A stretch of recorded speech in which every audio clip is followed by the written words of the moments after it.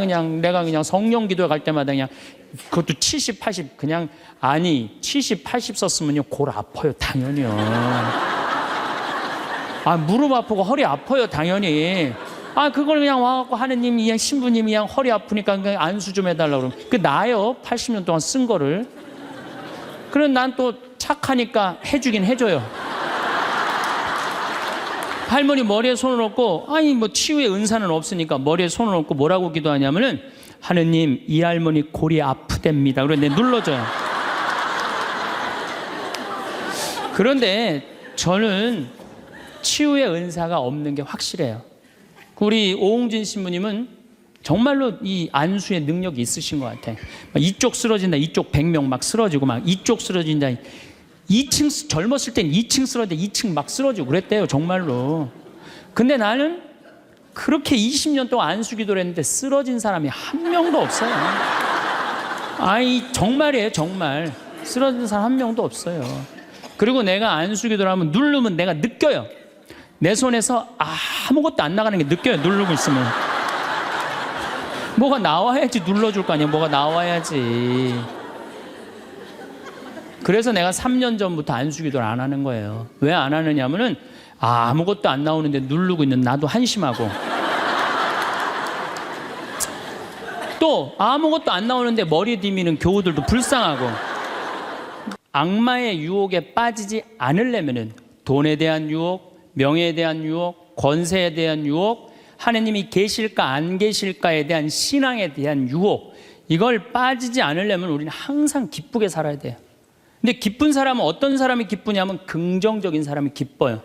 또 어떤 사람이 기쁘냐 하면은 정말 마음을 욕심이 없는 사람이 기뻐요. 욕심이 꽉 차 있는 사람, 자식 출세하기를 바라는 사람, 돈을 많이 벌기를 바라는 사람, 그냥 높은 자리에 올라가기를 원하는 사람, 이런 욕심이 있는 사람들은요 기쁘지 않아요.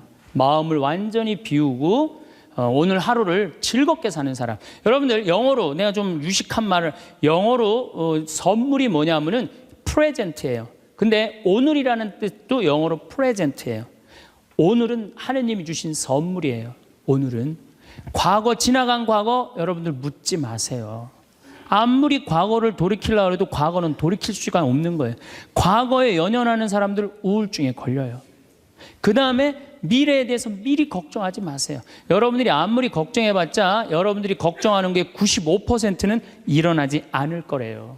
전혀 일어나지 않을 것에 쓸데없는 걱정을 하고 있는 거야. 제일 중요한 건 오늘을 즐겁게 사는 거야. 밥 3끼 먹고 눈 콧구멍 2개 있는 게 얼마나 여러분들 감사한 줄 아세요? 콧구멍이 얼마나 2개 있는 게 감사하냐면은 눈 2개 있는 것도 감사하지만 콧구멍 2개 있는 게 얼마나 감사하냐면은 이 콧구멍이요 숨을요 이 냄새를 맡는데요 한쪽만 4시간을 맡는 거예요. 그리고 4시간이 딱 지나고 나면 한쪽이 교대를 해요. 반대쪽이 냄새를 맡는 거예요. 만약에 김치찌개 동시에 2 콧구멍으로 다 맡으면 기절해.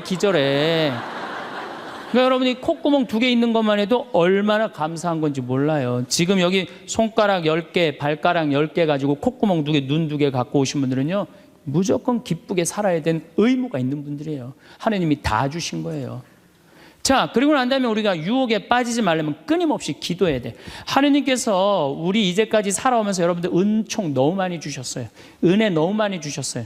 그렇기 때문에 우리는 어떻게 살아야 돼? 그 은혜를 계속 기억하면서 감사기도 끊임없이 기도해야 돼. 근데 이 기도는 간구 기도를 하면 안 돼요. 감사 기도를 해야 돼요. 제가 꼭 성령 기도에 가면은요 제일 당황스러운 게 그거예요. 내가 성령 기도에 가면은 할머니들이 신부님 골이 아파요, 무릎이 아파요, 허리가 아파요, 안수기도 해달라는 거예요. 근데 저는 신부 될 때 이 제단에 엎드려서 하느님한테 2가지를 청했어요. 하나는 강론 잘하게 해달라고. 근데 정말 저는 누워서 그렇게 기도했어요. 왜 제가 그 기도를 청했느냐면은 저는 초등학교 때부터 발표 때마다 선생님이 제일 먼저 너 일어나서 발표하라고 그랬어요. 그리고 책 읽을 때도 항상 나보고 읽으라고 그랬어. 목소리가 좋으니까. 그러니까 내가 받은 달란트는 뭐야?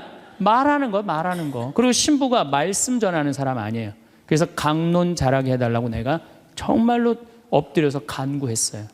근데 뭐 1년에 300회, 내일도 전주 중앙성당에 가서 강의하고 또 전주에 있는 중학교에 가서 그 학부형들하고 선생님들한테 강의해. 내일 전부 단축 수업한대요.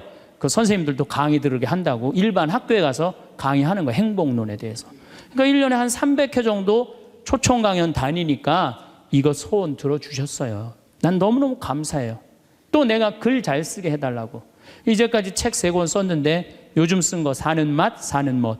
이거 정말로 많은 분들이 행복하다고 참 전화가 많이 와요. 독자들한테. 아니, 나 이 2가지 다 받았어요. 나는 더 이상 하느님한테 원하는 거 없어요. 하느님은요, 각자의 달란트가 다 달라요. 그리고 그냥 집 잘 짓는 신부님들, 또 우리 그냥 전 신부님, 내가 보기엔 사목 너무너무 잘하세요. 그러니까 그 감히 못하는 15년이 지나서 엄두도 못 냈던 저 땅을 사죠. 그러니까 아무나 사는 게 아니에요. 교우가 일치가 되기 때문에 그게 가능한 거죠. 그 다 달란트가 달라요. 근데 내가 받은 달란트는 강론자라고 글 잘 쓰는 거야. 나는 치유의 은사를 받지 않았어요. 근데 그냥 갈 때마다 그냥 내가 그냥 성령 기도에 갈 때마다 그냥 그것도 70, 80 그냥 아니 70, 80 썼으면요 골 아파요 당연히요. 아 무릎 아프고 허리 아파요 당연히. 아 그걸 그냥 와갖고 하느님 그냥 신부님이 그냥 허리 아프니까 그냥 안수 좀 해달라고 그러면 그 나요 80년 동안 쓴 거를. 그럼 난 또 착하니까 해주긴 해줘요. 할머니 머리에 손을 얹고 아니 뭐 치유의 은사는 없으니까 머리에 손을 얹고 뭐라고 기도하냐면은 하느님 이 할머니 골이 아프답니다. 그런데 눌러줘요. 그런데 저는 치유의 은사가 없는 게 확실해요. 우리 오홍진 신부님은 정말로 이 안수의 능력이 있으신 것 같아. 이쪽 쓰러진다, 이쪽 100명 막 쓰러지고 막 이쪽 쓰러진다. 2층 젊었을 땐 2층 쓰러져 2층 막 쓰러지고 그랬대요 정말로. 근데 나는 그렇게 20년 동안 안수 기도를 했는데 쓰러진 사람이 한 명도 없어요. 아이 정말이에요 정말. 쓰러진 사람 한 명도 없어요. 그리고 내가 안수 기도를 하면 누르면 내가 느껴요. 내 손에서 아무것도 안 나가는 게 느껴요. 누르고 있으면 뭐가 나와야지 눌러줄 거 아니야. 뭐가 나와야지. 그래서 내가 3년 전부터 안수기도를 안 하는 거예요. 왜 안 하느냐면은 아무것도 안 나오는데 누르고 있는 나도 한심하고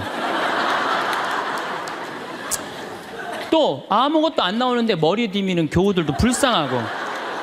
그러니까 서로 편안하자 이거예요. 내가 내일 모레 대전 대화동 성당에 강의를 가는데 신부님이 너무 고맙더라고. 아주 목소리가 나 아직 얼굴을 못 뵀는데 신부님이 그러더라고. 저녁에 강의 끝나고 이제 여기는 내가 미사를 하고 강의를 시작했지만 거기는 강의가 끝나고 미사를 봉헌한대요. 그리고 안수기도가 있대요. 근데 신부님이 너무 고맙게 날 아시는 것 같아. 안수는 당신이 하겠다고. 고맙다고 그랬어요. 어쨌든 하여튼 제가 재작년에 2009년에 미국 북동부 성령대회가 있어요. 근데 여러분들 참 미국 교우들이 참 열심히 해요. 특히 성령대회는요, 한국의 성령대회하고 분위기가 틀려요. 정말로 열심히 해요. 갔는데 첫날 800명이 왔는데 교우들이 그냥 내강이고 화가 나십니까? 라는 주제로 강의를 했는데 너무 재밌게 들었어요. 또 그날따라 강의가 잘 되더라고요. 그랬더니 둘째 날에는 막 사람들이 전화를 막 한 거야. 야, 한국에서 조그만 신부가 왔는데 너무 재밌다. 그래갖고 둘째 날은 1200명이 늘은 거예요. 그런데 성령대 19년 활동한 늘어난 적이 처음이라는 거예요. 그런데 점점 나는 불안한 거예요. 점점 성령대 하이라이트를 향해서 가는 거야. 성령대 하이라이트는 뭐냐면 치유의 안수의 절이야. 점점 불안한 거예요 이거. 아니 내 손에서는 아무것도 안 나오는데 이제 아무 능력 없는 거 탈로가 나게 생긴 거야. 그런데 그때 같이 갔던 신부님이 청주교구 박효철 베네딕토 신부님이라고 있으세요. 전국 성령 주치도 신부님이세요. 근데 그분은 내가 뵈니까 치유 은사가 있어요. 그러니까 나는 말씀의 은사가 있지만 그분은 치유 은사가 분명히 있는 분이야. 그래서 나한테 오지 말고 박신부님한테 가라. 그것도 나하고 본명도 같아. 베네딕토 박신부님한테 가라. 그리고 난 도망갔어요 사실은. 그런데 그 예절을 저 강당 뒤에서 보는데요 정말 은혜롭더라고요. 나는 죽었다 깨어나도 그렇게 못해요. 근데 그때 200명이 났어요. 정말로 내가 다음에 갔는데도 그때 치유됐다는 사람 너무 많이 만났어요. 그건 하느님의 성령 특별한 은혜가 있었던 거지. 그래갖고 이제 박 신부님 덕분에 내가 잘 마치고 이제 한국에 이제 돌아왔어요. 2010년이 됐는데 미국 북동부 성령대에서 또 전화가 왔어요. 올해 또 와달라는 거예요. 내가 화를 냈어요. 왜 자꾸 날 부르느냐. 그거 부담스럽거든요. 그거 굉장히 큰 대회니까. 아니 내 손에서 아무것도 안 나온다는데 왜 자꾸 부르느냐. 좀 이 손에서 능력 나오는 신부님들 불러라. 그랬더니 그 교우들이 위원들이 하는 말이 신부님 걱정하지 말라고. 신부님은 손에서 안 나오는 대신 입에서 나오니까 걱정하지 말라고.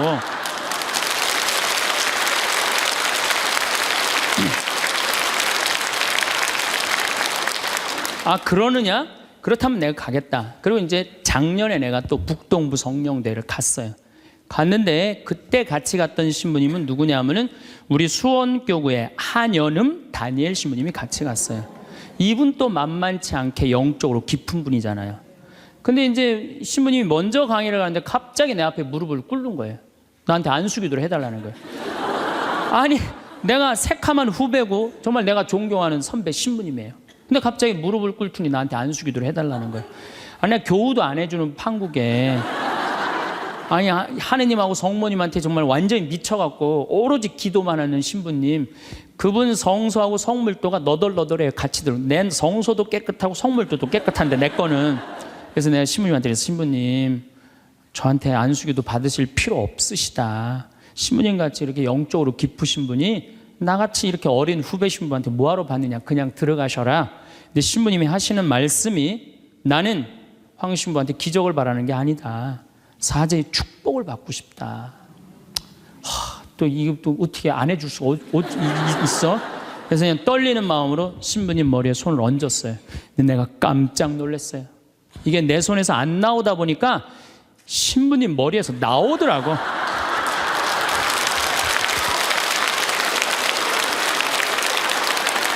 아니 정말로 성령의 기운이 느껴지는 거예요. 정말로. 이야, 이러는 수도 있구나. 이게 내가 안 나오면 머리에서 나오는 수도 있구나. 하지만은 우리가 하느님을요, 골 아프면 골 고쳐주고, 머리 아프면 머리 고쳐주고, 무릎 아프면 무릎 고쳐주고, 허리 아프면 허리 고쳐주는 분이 아니에요. 하느님은요, 찬양 받으실 분이에요. 하느님은 영광 받으실 분이에요. 하느님 우리 심부름꾼 아니에요. 그것도 돈이나 많이 주면서 시키면 내가 몰라. 달랑 1,000원 주면서 뭘 그렇게 많이 시켜. 그러니까 자꾸 간구 기도를 하다 보면 어떤 유혹에 빠지느냐 하면은 여기가 아닌가 봐. 천군 보살한테 가는 거예요. 그래서 천주교 교우들이요 전보로 많이 다니는 거예요. 그래서 일단 찬양기도 감사기도 하는 교우들은요 하느님 의심하지 않아요. 그리고 얼마나 은혜로워요. 여러분들 이 공기 공짜로 마시고 태양 공짜로 햇빛 쬐고 이 땅 공짜로 밟고 다니고 얼마나 감사해. 눈 2개, 콧구멍 2개, 손가락 10개, 발가락 10개 있으면 됐지. 주님께서 여러분과 함께 마음을 드높이 우리 주 하느님께 감사합시다. 말로는 맨날 마땅하고 옳은 일이래. 말로는 감사기도를 해야 된다는 거예요. 미사 내용 전체가 뭐냐면 감사기도예요. 감사기도. 그래서 여러분들 오늘 이후부터는 끊임없이 기도해야 되는데 어떤 기도를 해? 감사기도를 해라는 감사기도. 그리고 진정한 기도는요. 진정한 기도는 어떤 게 진정한 기도냐면은 저도 그런 기도를 많이 드려요. 하느님, 내가 당신의 나라를 위해서, 당신의 하늘나라를 위해서, 당신의 정의를 위해서 내가 무슨 일을 했으면 좋겠습니까? 나를 어떻게 당신이 쓰실 생각을 갖고 있습니까? 이렇게 물어볼 때 하느님의 뜻을 헤아릴 수가 있는 거예요. 그러니까 성당에는 하느님 뜻을 실천하려고 나오는 거지 하느님이 내 뜻을 실천하라고 성당에 나오는 게 절대 아니다. 근데 우리 많은 교우들은 그걸 착각하고 있는 거예요. 아, 예수님도 마태오복음 그 산상설교의 5장, 6장, 7장에 뭐라고 그러셨어요? 주의 기도를 가르쳐 달라고 그러니까 뭐라고 그랬어요? 너희들은 기도할 때 많은 말 하지 말아라. 하늘에 계신 우리 아버지 이름이 거룩히 빛나시며 아버지의 나라가 오시며 아버지의 뜻이 뭐라고 그래요? 하늘에서와 같이 땅에서도 이루어지소서. 그렇게 기도하라고 그랬잖아요. 근데 우리는 그냥 성당에 나와서 계속 내 뜻만 계속 어필하는 거예요. 더욱이 여러분들 예수님하고 친해요, 안 친해요? 친하지도 않으면서 그냥 계속 이것 해줘라. 여러분들, 이 생각 해봐요. 정말 친한 친구가 와서 부탁하면은 들어줘요, 안 들어줘요? 힘들어도 들어줘요. 내가 좀 고통스럽더라도 그걸 나눠줘요. 생전 본 적도 없는 친구가 와서 딱 오더니 1,000원 주더니, 야, 내가 정말로 필요한 게 있는데 나 좀 도와줘라. 도와주고 싶어요, 안 도와주고 싶어요? 도와주고 싶지가 않다는 거예요. 그래서 여러분들, 기도는 뭐냐면 일단은 예수님하고 친구 되기 위해 하는 거예요. 예수님하고 대화하는 거예요. 대화를 해서, 예수님, 당신이라면은 이 땅을 사겠습니까, 안 사겠습니까? 당신이라면은 지금은 무슨 요즘 그 제2금융권 막 이자 막 100%, 200%, 막 1000% 하는 사람들 있잖아요. 내가 만약에 예수님이라면 과연 그런 걸 할까? 그 사람도 얼마나 고통스러운데. 내가 예수님이라면은 내 아이를 어떻게 키울까? 내가 예수님이라면은 내 남편한테 어떻게 할까? 내가 예수님이라면은 아내한테 어떻게 할까? 내 아내한테 어떻게 할까? 이걸 물어보려고 기도하는 거예요. 그래서 기도라는 것은 간구 기도가 기도가 아니야. 그래서 난 묵주기도, 구일기도 보면 딱 지향 하나 두고 그냥 기립다 기도하는데 난 정말로 마음이 아파요. 묵주기도는, 저는 요즘 묵주기도 드릴 때, 오늘도 내가 묵주기도 5단을 바치면서 연옥에 있는 영혼들 구원해달라고 기도했어요. 왜냐하면 성모님이요, 그렇게 기도하라고 그랬거든요. 근데 우리 그냥 계속 연옥을 위한 기도, 그 다음에 터키에서 지금 고통받는 사람들, 이런 정말 죄인들, 이런 사람들은 생전 기도하지 않고 그냥 대학 입시, 그냥 수능 잘 보게 해주고, 그냥 당 팔리게 해주고, 애 생기고 해주고, 이런 기도는 자꾸 하느님하고 멀어질 수도 있다는 얘기예요. 그걸 다 들어주지 않으세요, 하느님이? 어떻게 다 들어줘요? 내가 할 일이 있는 거지. 또 기도는 예수님의 말씀을 음미할 때 기도가 즐거워요. 예수님 묵상할 게 너무 많지 않아요? 예수님에 대해서. 나는 예수님 말씀 중에 내 눈 속에 있는 들보는 보지 못하면서 남의 눈에 있는 티끌을 빼주려고 그러느냐. 자기 눈에는 들보는 못 보고 남의 눈에 티끌. 이거 내가 살아오면서 나도 그렇겠지만은 정말로 많이 봐요, 우리가. 그래서 나의 잘못, 나의 험, 나의 약점, 이거를 항상 볼 수 있도록 노력해야 되는데 우린 그런 걸 안 해요. 예수님 말씀 틀린 말 하나도 없어요. 사람이 안식을 위해서 있는 것이 아니라 안식일이 사람을 위해서 있는 것이다. 이것도 얼마나 멋있어요. 저는 요즘 오늘 국회 통과했다고 그러더라고요. FTA. 근데 난 판단이 안 서요. 왜냐하면 이거 FTA 누가 시작했냐면 노무현 대통령이 시작했어요. 그때는 한나라당이 쌍수를 들고 반대했어요. 그때는 이번에는 이명박 대통령 FTA 하니까 이번엔 민주당이 쌍수를 들고 반대했어. 나는 누가 옳은지 구분이 안 돼. 그러니까 믿음이 안 가는 거예요. 믿음이 안 가는 거예요. 나는 정말로 사람을 위한 일이 뭔가, 예수님이 과연 어떤 의미에서 이런 말씀을 했는가, 참 묵상할 거리가 너무 많죠. 또 너희들 무엇을 먹을까, 무엇을 입을까, 무엇을 마실까 걱정하지 말아라. 하늘에 나는 새도 다 먹여줄 거다. 그리고 내일을 걱정하지 마라. 내일 걱정은 내일이 할 것이다. 그날 고생은 그날로 충분하다. 여러분들 오늘 하루 종일 일하고 여기 오신 분들 많으시죠? 얼마나 피곤해. 가서 씻고 누워서 그냥 쉬고 싶은데 여기까지 온 분, 예수님, 내가 지금 예수님 이 자리에 있으면은 이 말 하고도 남았을 것 같아. 너희도 오늘 고생으로 충분한데 내일 걱정하지 말아라. 내가 다 알아서 해줄게. 예수님 분명히 그랬을 거예요. 이 말씀을 내 마음 안에 살아 움직일 때 여러분들은 진리가 너희를 자유롭게 하리라 처럼 정말로 자유롭게 살 수 있어. 근데 예수님 말씀이 하나도 없어. 그냥 성서 하나 붙잡고 하루 종일 묵상해 본 적도 없고 일주일 내내 묵상해 본 적도 없어. 그냥 성서를 읽은 적도 없어. 그러면은 여러분들은 기도가 어려운 거예요. 점점 기도하는 방법을 잃어버리는 거예요.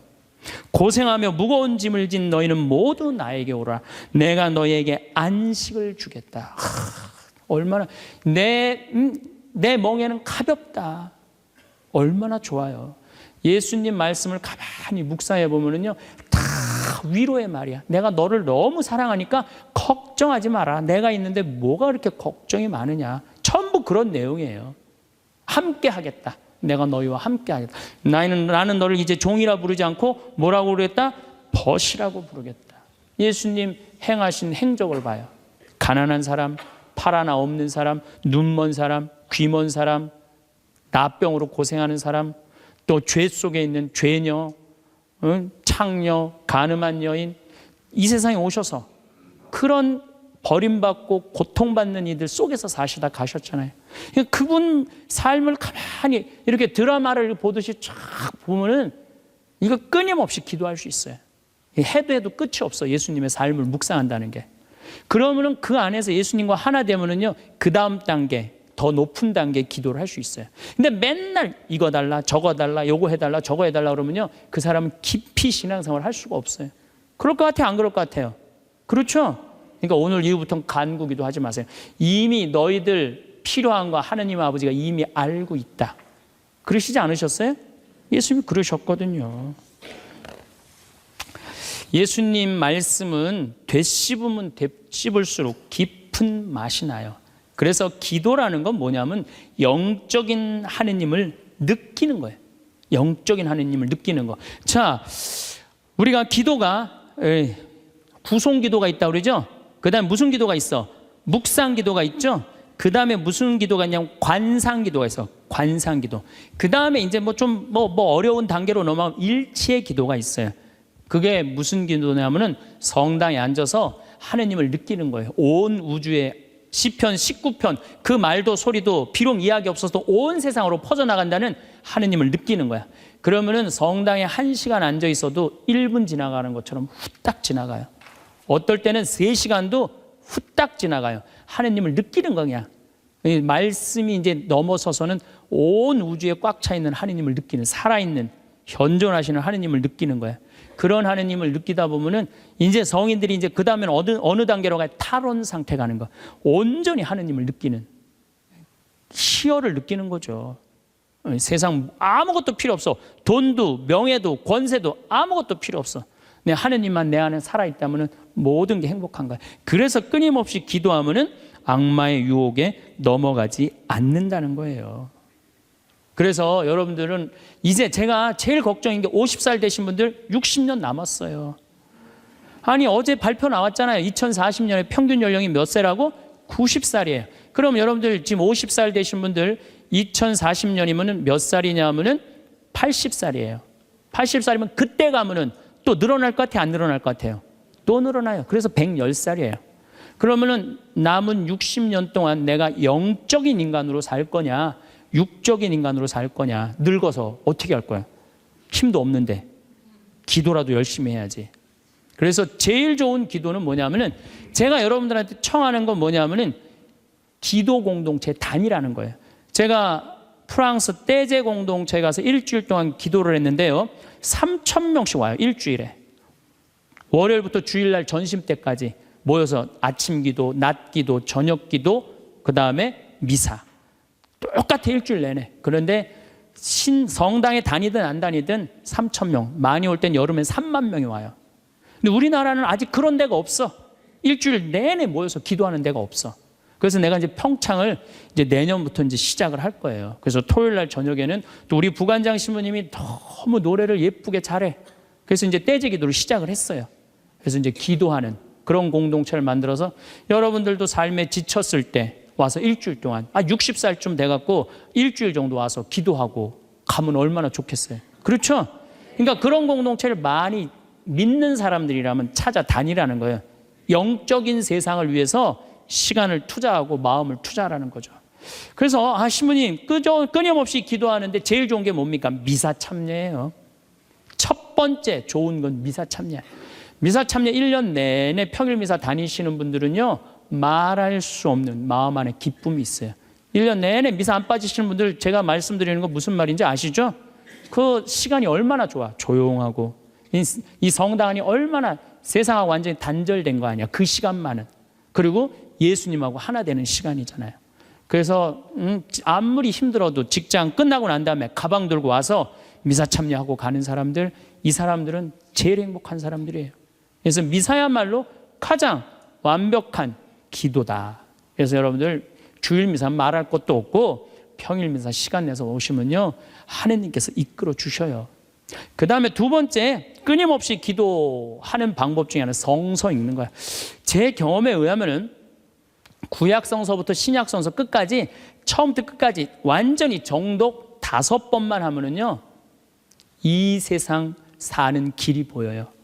하느님의 섭리가, 역사하심이 보여요. 그리고 어떻게 살아야 되는지 정말 마음에 진리가 흘러 넘쳐요. 그래서 성서를 읽어라. 성서를 정독을 해라. 맨날 그냥 불굴의 며느리, 뭐 이웃, 우리 집 여자들 이런 거 보지 마시고, 예? 예, 그 시간에 성서를 성서 안에는 보물이 꽉 차 있어요. 그래서 성서를 적어도 5번 정도 정독을 해라. 5번. 자, 그 다음에 5번 정독을 했으면 그 다음에 할 일이 있어요. 기도 중에 정말 좋은 기도는 성지순례. 성지순례. 제가 지금 성지순례를 2년에 한 번씩 매년 정기적으로 가요. 그런데 예루살렘에 가보니까요, 예수님의 발자국이 느껴져요. 예루살렘에 가보니까. 그리고 갈릴레아 가보니까 물고기가 밤에 얼마나 튀는지, 예수님이 밤새 제자들이 물고기 잡는 거 보면서 참, 물고기 저쪽에서 튀는데 이쪽에서 막 한 것 같아 보니까, 그냥 예수님이 그 2000년 전에 행하셨던 말씀, 그게 다 살아 움직이는 거예요.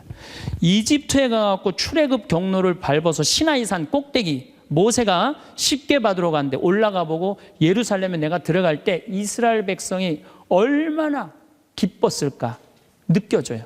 사도 바오로가 예수님 다마스커스에서 회개하고 난 다음에 이 그리스, 터키 이거 전부 교회 세우러 7개, 필라델피아 교회, 이런 교회들 전부 다 세우러 가는데 지난 2월 달에 갔다 왔거든요. 그냥 예수님이 그냥 막연하게 멀리 느껴지는 게 아니라 예수님이 살아 움직이는 거예요. 그래서 여러분들 성지순례 참 중요한 거. 물론 우리나라 안에도 좋은 성지들이 너무 많아요. 우리 성인들이 얼마나 예수님을 사랑했는지. 그러니까 시간 되면은 돈 모아서 제일 남는 거, 가장 적은 돈으로 가장 최고의 효과를 낼 수 있는 건 성지순례. 그래서 예루살렘 한 번은 갔다 오라는 거예요. 예루살렘. 나는 아직까지 하느님 20년, 30년 믿으면서 예루살렘, 베틀레헴, 나자렛 한 번도 아직 갔다 온 적이 없다. 한번 손 들어보세요. 내가 절대 욕 안 할 테니까 한번 손 들어보세요. 손 들어. 한 번도 안 갔다 왔다. 손 들어보세요. 자, 이 사람들 이거 회개해야 되는 사람들이에요. 자, 여러분들 이 세상에 한 번 오셨어. 내가 하느님을 믿어. 하느님을 믿는데 예수님이 활동하고 가시는데 한 번 좀 가보고 싶지 않아요? 그럼 지금부터 개 모으세요. 개 모으셔갖고, 나는 우리 여의도 순복음교회가 한 번 거기 성주순례를 갔는데 몇 명이, 한 3,000명이 갔다. 3,000명. 3,000명이. 여러분들도 우리 능평성당 내가 있을 때 어른들 700명 갔잖아요. 한번 한 2년 개 모아갖고 우리 전신부님이랑 한번 1,000명 한번 쫙 한번 가봐요. 그럼 아마 일생 일대 너무 은혜를 많이 받을 거예요. 그 은혜는 마치 이스라엘 백성이 에집트를 200만 명이 200명 그건 뻥이겠지만은 어쨌든 하여튼 가듯이 그런 뜨거움을 아마 느끼실 거예요. 저는 그래서 우리가 끊임없이 기도하는데 정말 좋은 거는 성지순례다. 돈 모아서 성지순례 가라. 다시 한번 말씀드리지만 재물은 쓴 것만 재물이에요. 쓴 것만 내 재물이에요.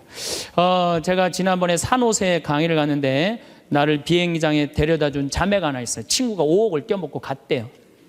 재산이 싹 날아갔대요. 근데 유일하게 자기가 아깝지 않았던 거, 성지순례 간 것만 아깝지 않더래요. 그거 갔다 오기를 얼마나 잘했는지, 성지순례 때마다 갔다 온 게 그것만 자기 마음 안에 살아 움직이더래요.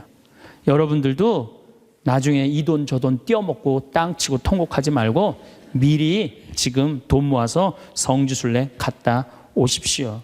그리고 묵주기도 우리가 가장 쉽게 할 수 있는 기도예요. 누워서도 할 수 있고, 반신욕하면서도 할 수 있고, 걸어가면서도 할 수 있고. 묵주기도도 성모님 말씀대로 죄인들의 회개를 위해서, 연옥 영혼들의 고통 덜어주기 위해서, 그 기도가 저는 묵주기도 중에 가장 아름다운 기도라고 생각을 해요. 그래서 우리의 기도를 불쌍한 영혼들이 많이 기다리고 있으니까 그런 지향을 두고 그냥 수능 잘 보게 해주고 애 생기게 해주고 월세 나가게 해주고 땅 팔리게 해주고 그런 기도 하지 마시고, 이렇게 끊임없이 기도하는 사람은요, 악마의 유혹에 빠질 시간이 있겠어요, 없겠어요? 당연히 없어요. 당연히. 자, 그 다음에 어떤 처지에서든 감사하여라. 감사하는 사람 또 유혹에 안 빠져요. 여러분들 북한에서 안 태어나고 남한에서 태어난 거 감사해요, 안 감사해요? 북한은요 정말로 굶어 죽어요. 굶어 죽어요. 평양 근교만 빼놓고 나머지는 다 굶어 죽는다고 보시면 돼요. 이제 겨울이 시작되면은요 이 사람들 뗄감이 없어요. 석유 석탄이 없기 때문에. 그래서 산에 나무 잘라다가 또 해요. 그리고 어떤 집은 작년에는요 그 뗄감조차도 없어서 밥도 못 해갖고 그대로 얼어 죽은 사람들도 많다는 거예요. 근데 우리는 얼마나 잘 먹고 잘 살아요. 감사해요, 안 감사해요? 감사해요. 여러분들 후쿠시마에서 안 태어나고 대한민국에서 태어난 거 감사해, 안 감사해? 이거 여러분들 깊이 묵상해야 돼요. 왜냐하면 일본은 1년에 지진이 5,000번 일어나요. 5,000번. 하루에 15번 일어나요. 더 놀라운 거는 이번 12월, 1월 달에 지진이 또 일어난다는 게 지금 감지가 된다는 거예요. 일어날지 안 일어날지 모르겠지만은 일본 사람들은요 너무 불안한 거예요. 근데 우리나라는 지진이 1년에 몇 번 일어나는 줄 아세요? 15번 정도 일어나요.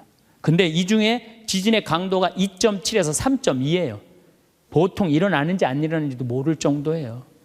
근데 일본은 막 일어나면 4.0만 넘어가면요 정말 천둥 소리 얼마나 불안한지 몰라요. 나는 그걸 경험을 했어요. 지진이라는 게 무시무시해요. 근데 우리는 아무런 그런 게 없이 살잖아요. 이번에 이 터키 지진 일어났죠? 지진 일어났는데 여진이라고 그래요. 한 번 꽝 하고 난 다음에 계속 흔들리는 게 1,500번 일어나는 거. 1,500번. 근데 우리는 얼마나 행복한 나라에서 살아. 대한민국 사람들 이 정도면 잘 사는데 왜 이렇게 욕심이 많은지 모르겠어요. 여러분들 그 한국처럼 잘 먹고 잘 사는 나라가 없어요. 여러분들 이탈리아라는 나라 잘 살아 못 살아요? 잘 살죠? 그런데 이탈리아가 우리나라가 경제력은 세계 13위지만은 소비 지수는 7위예요. 7위. 정말 잘 먹고 잘 사는 나라가 우리예요. 내가 뭐 예전에 방송에도 한번 말씀드렸지만 우리나라 갈비집에 가보면요 진짜 잘 먹어요. 갈비 막 먹으러 가면은요 막 이렇게 한 상 반찬 나와요. 그냥 그 계란찜, 그 다음에 무슨 뭐 단호박 삶은 거, 메추리알, 뭐 그 다음에 무슨 뭐 사라다, 무슨 야채 사라다, 국물 김치, 뭐 별게 다 나와요. 그 다음에 파란 국수 말아서 나와요. 그리고 4명이 가면 4인분 시켜요. 4인분 시키면 그냥 배가 빵빵해. 한국 사람들은 배 빵빵하면 안 돼. 갈비집에 가고 배 터질 때까지 먹어야 되냐. 2인분 더 시켜요. 더 시켜서 먹고 난 다음에 그래도 우린 분이 안 풀려. 그냥 아줌마가 하나 쓱 나와서 이렇게 물어봐요. 냉면을 먹을래?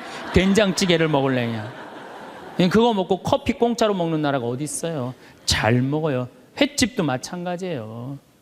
횟집도 일본에 갖고 내가 회 정식 시켰는데 회가 딱 2점 나왔어요. 이게 맛백인가 보다 그러고 홀딱 먹었어요. 아무리 기다려도 회가 안 나와요. 왜 안 나오냐니까 그게 다라는 거예요. 근데 우리나라는 횟집에 가면 뭐부터 나와? 씻기다시 나오죠? 개불, 멍게, 해삼, 전복, 낙지, 꽁치 소금에 구운 거, 미역국, 조개탕 별게 다 나와요. 그리고 그냥 또 회가 나오면 그냥 한 50점 나와요. 배는 꽉 찼는데 50점이 또 나와. 어떻게?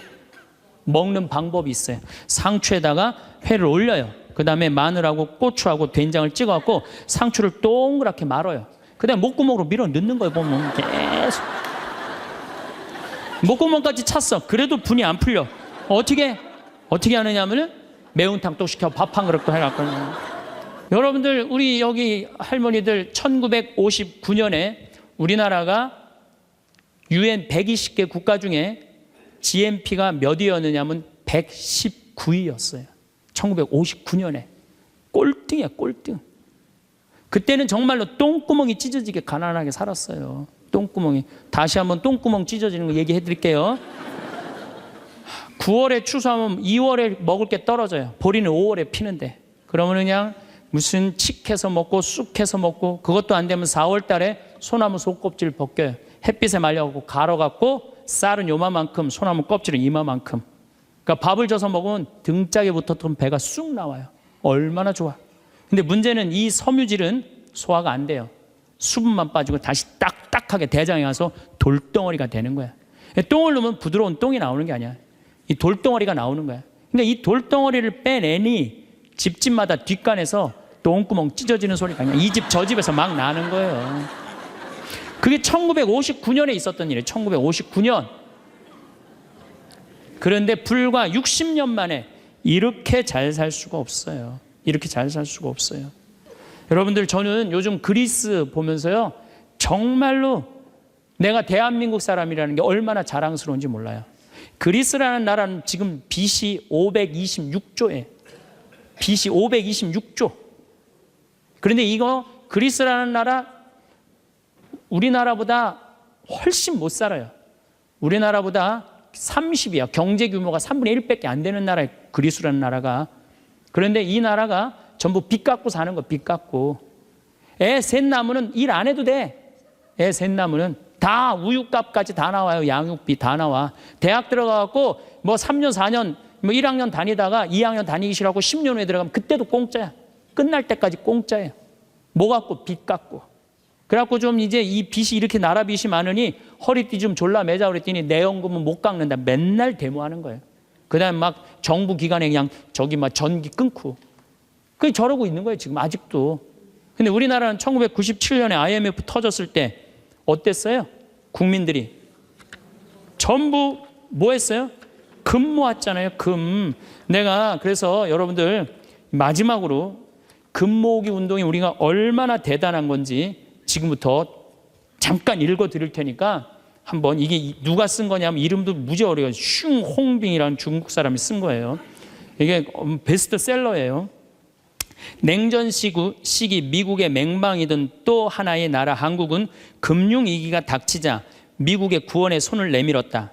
한국 사람들은 미국이 그토록 단호하게 거절하리라고는 꿈에도 생각하지 못했다. 우리가 도와달라고 그랬는데요, 싹 거절했어요.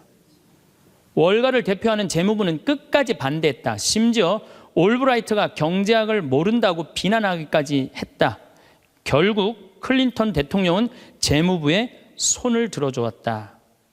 여기서 그 다음에 중요한 얘기가 나와요.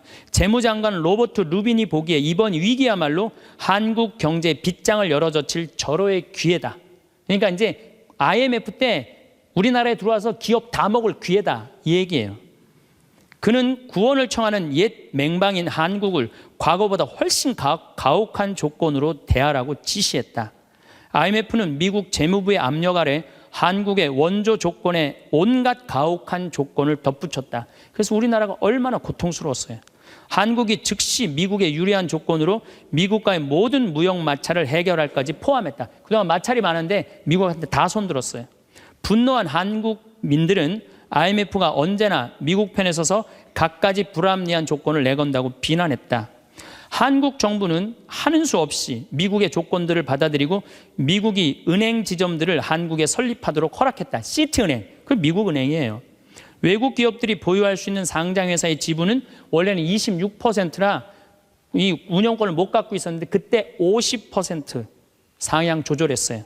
외국인이 개인이 소유할 수 있는 기업의 주식 지분은 7%에서 50%로 늘어났어요. 그래갖고 외환은행 전부 다 론스타한테 뺏긴 거죠. 한국 기업은 반드시 국제회계의 원칙에 따라 했으며 금융기관은 국제회계사무소의 회계 감사를 받아야 했다. 참. 그러나 국제금융재벌들은 한국의 강한 민족성들을 너무 얕잡아 보았다. 한국의 협의를 체결하기만 하면 당장이라도 몰려들어 사냥감을 물어 뜯을 판이었다. 우리나라 현대, 삼성 다 먹을 판이었다는 얘기예요. 그런데 고립무원, 완전히 고립무원의 사면 초가에 빠진 한국인들은 나라를 구하겠다는 일념으로 너도 나도 금모기 운동에 나서서 정부를 도왔다. 이때 금 모은 게 21억 달러예요. 한국에 돈 한 푼도 없었을 때. 놀라운 거는 금 모으기 하고부터는 5억 달러 수출 계속 적자였다가 이때부터 흑자로 전환하기 시작해. 이게 흑자의 출발점이 돼요. 금 모으기 운동이. 그래서 이걸 극복한 나라예요. 서양의 기업들은 한국 대기업을 거의 하나도 사들이지 못했다. 한국 경제는 가장 어려웠던 1998년 여름의 악몽에서 완전히 빠져나올 수 있도록 수출을 빠르게 회복했다. 금모으기 운동부터 그랬다는 거예요. 국제금융재벌들과 미국 재무부는 공연히 헛물만 켜다가 만셈이 되었다. 뿐만 아니라 한국으로 하여금 정부가 경제를 주도할 절대적인 필요성을 확실히 깨닫게 해줬다. 마이크로소프트가 한국 최대의 소프트웨어 기업을 삼키려는 시도도 물 건너 갔어요. 그러니까 미국 애들이 그때 한국 다 살라고 그랬어요. 근데 그것도 못 샀고 8개의 한국 지방 소프트웨어 기업들에게 그 몫이 돌아갔다. 다 우리나라 기업들이 다 샀다는 얘기예요. 포드가 기아 자동차를 구입하려던 계획도 빗나가 버렸다. 그때 기아가 망했거든요. 근데 빗나갔어. 우리가 금 모아서. 현지 기업이 포드의 꿈을 현대가 구했죠. 꿈을 보기 좋게 꺾어준 것이다. 이렇게 우리나라가 그 IMF를 벗어난 민족이야. 그런데 이렇게 대단한데 아니 정치를 보면은 사회를 보면 한국이 현찮다고 그래. 내가 보기에는 한국이 대단한데 얼마나 대단해. 그리스하고 우리나라하고 정반대 아니에요. 그래서 이 IMF를 넘어서서 지금 이렇게 우리가 전 세계가 지금 금융위기를 겪고 있잖아요. 지금 그리스, 이탈리아, 스페인, 프랑스 다 무너지고 있잖아요. 근데 우리나라는 아직도 경쟁력이 있다는 거예요. 이렇게 대단한 사람들이 모여 살아갖고 우리나라 이름이 대한민국이에요.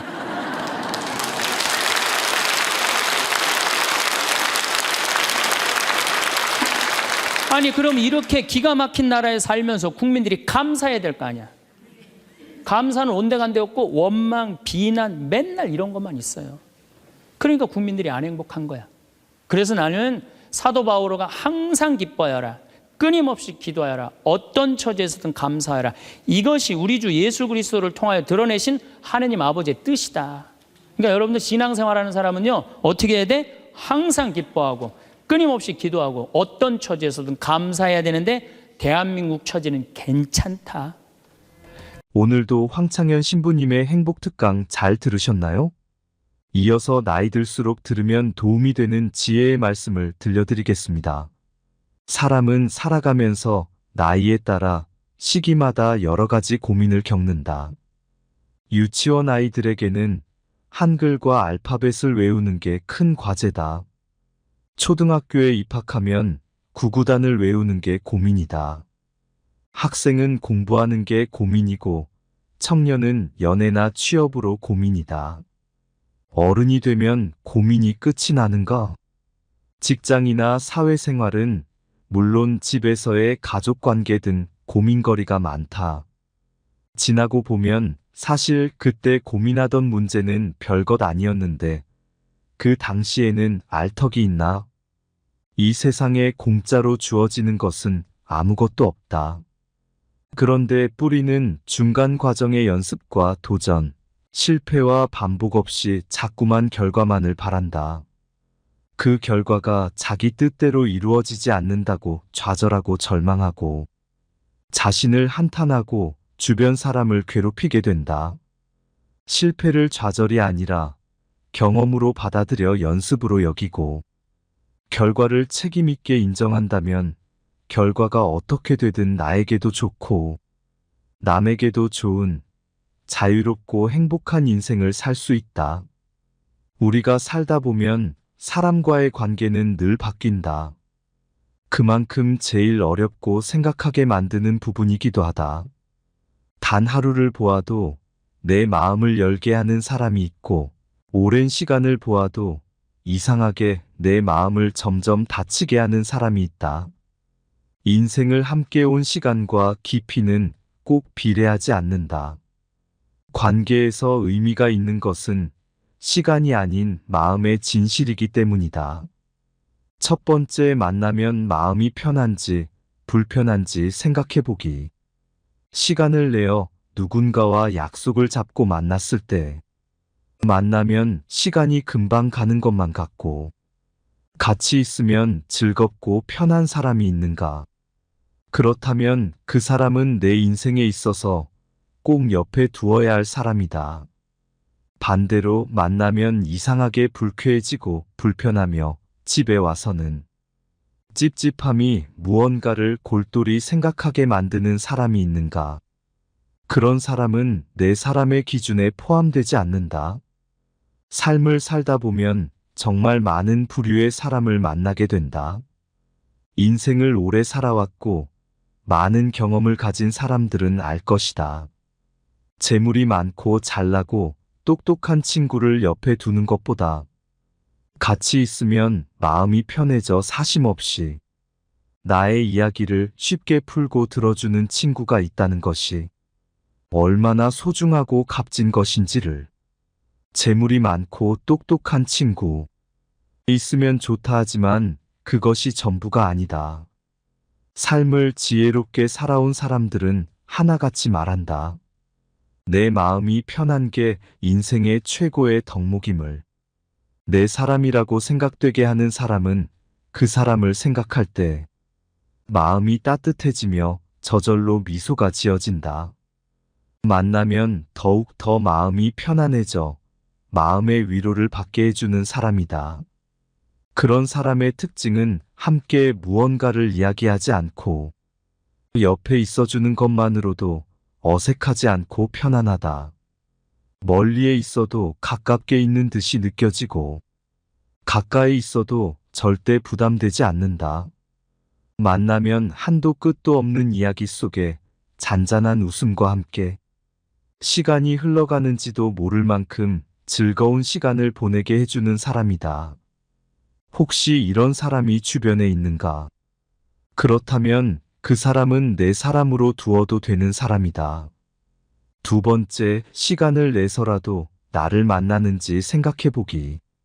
내가 누군가를 만날 때 정말 만나고 싶고 같이 있으면 좋은 사람은 어떻게든 만나고 싶어 만남을 청한다. 시간이 없다면 다음에 시간을 만들어서라도 약속을 잡는다. 상대방도 마찬가지다. 나와 같이 있고 싶고 꼭 만나고 싶다면 그 사람이 정말 바쁜 사람이더라도 어떻게든 시간을 내서 나와의 약속을 만든다. 그만큼 나를 좋아해주는 사람이기에 내 사람이 될 수 있다. 시간이 날 때만 나를 만나려고 하는 것과 시간을 내서라도 나를 만나려고 하는 것은 정말 큰 차이가 있다.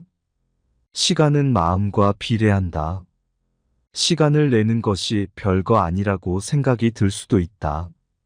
하지만 절대 그렇지 않다. 서로에게 특별한 의미를 주는 것이다. 하루하루 바빠 자기 자신의 시간도 제대로 가지지 못하는 현대 사회에서 나에게 시간을 내서 만난다는 것은 그만큼 나라는 존재를 깊이 생각하고 있다는 것이다. 나를 찾아주는 사람이 있다는 것은 정말 소중하고 값진 일이다. 세 번째, 안 맞는 점도 인정하고 받아들이는지 생각해보기. 사람은 누구나 완벽할 수는 없다. 누구나 장점이 있고 단점이 있기 마련이다. 사람은 모두 성격과 기질 그리고 살아온 환경이 다르다. 그렇게 타인과 내가 다름을 인정하고 존중하는 것은 어려우면서도 평생 이해 못할 영역 중 하나이기도 하다. 하지만 완벽하게 모든 것을 이해할 수는 없어도 성숙한 어른이라면 이해하려고 노력이라도 해보려고 한다. 상대방과 내가 다르다는 것은 어쩔 수 없는 영역이다.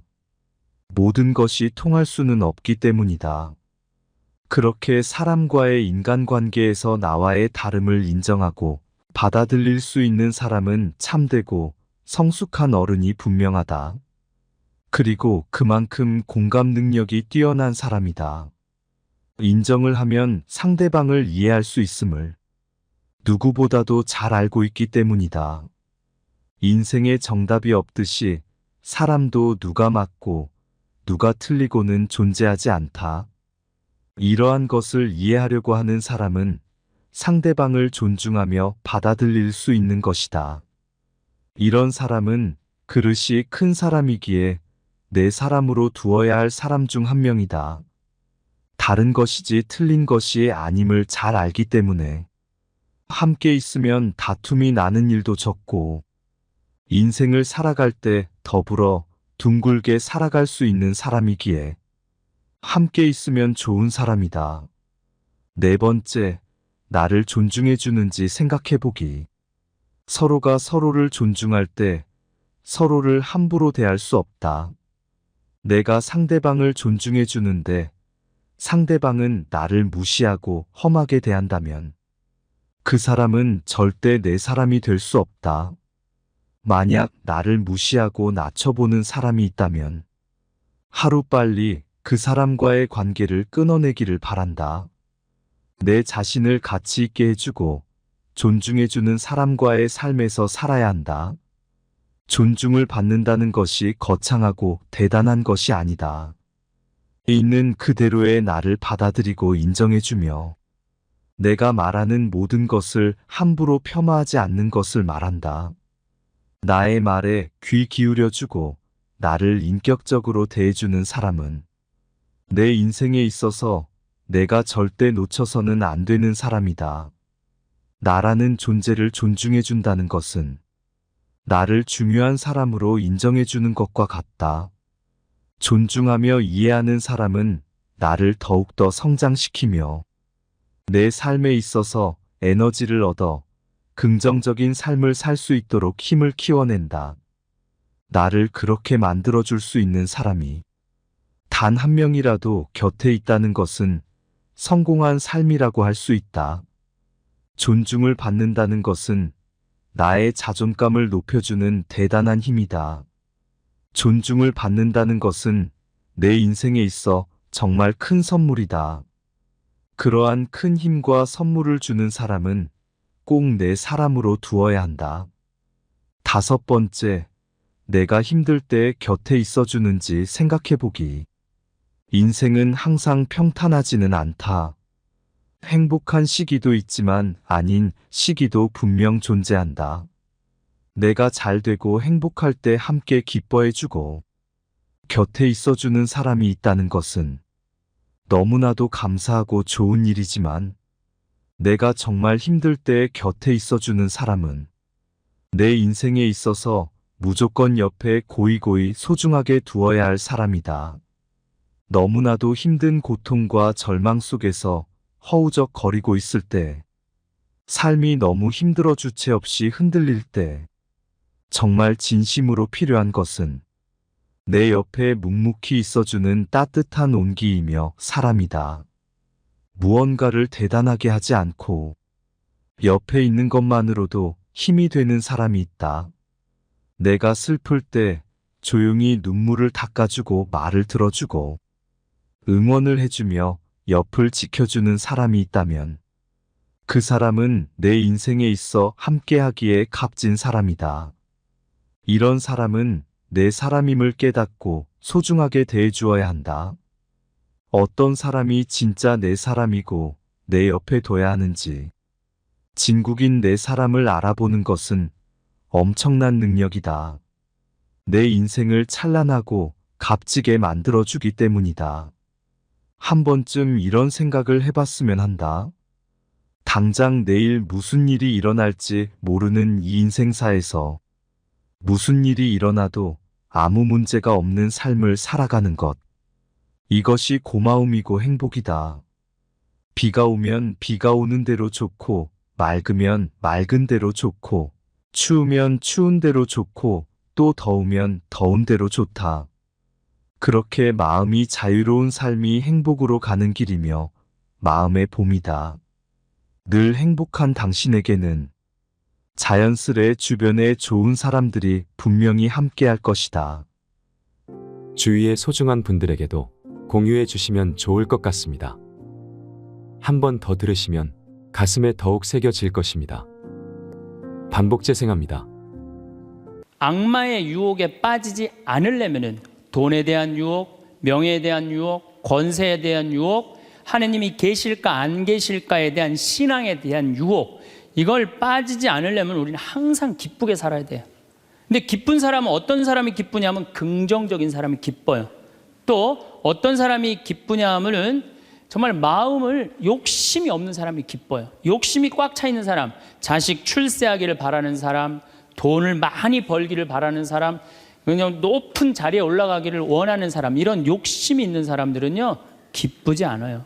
마음을 완전히 비우고 오늘 하루를 즐겁게 사는 사람. 여러분들 영어로 내가 좀 유식한 말을 영어로 선물이 뭐냐면은 프레젠트예요. 근데 오늘이라는 뜻도 영어로 프레젠트예요. 오늘은 하느님이 주신 선물이에요. 오늘은 과거 지나간 과거 여러분들 묻지 마세요. 아무리 과거를 돌이키려고 해도 과거는 돌이킬 수가 없는 거예요.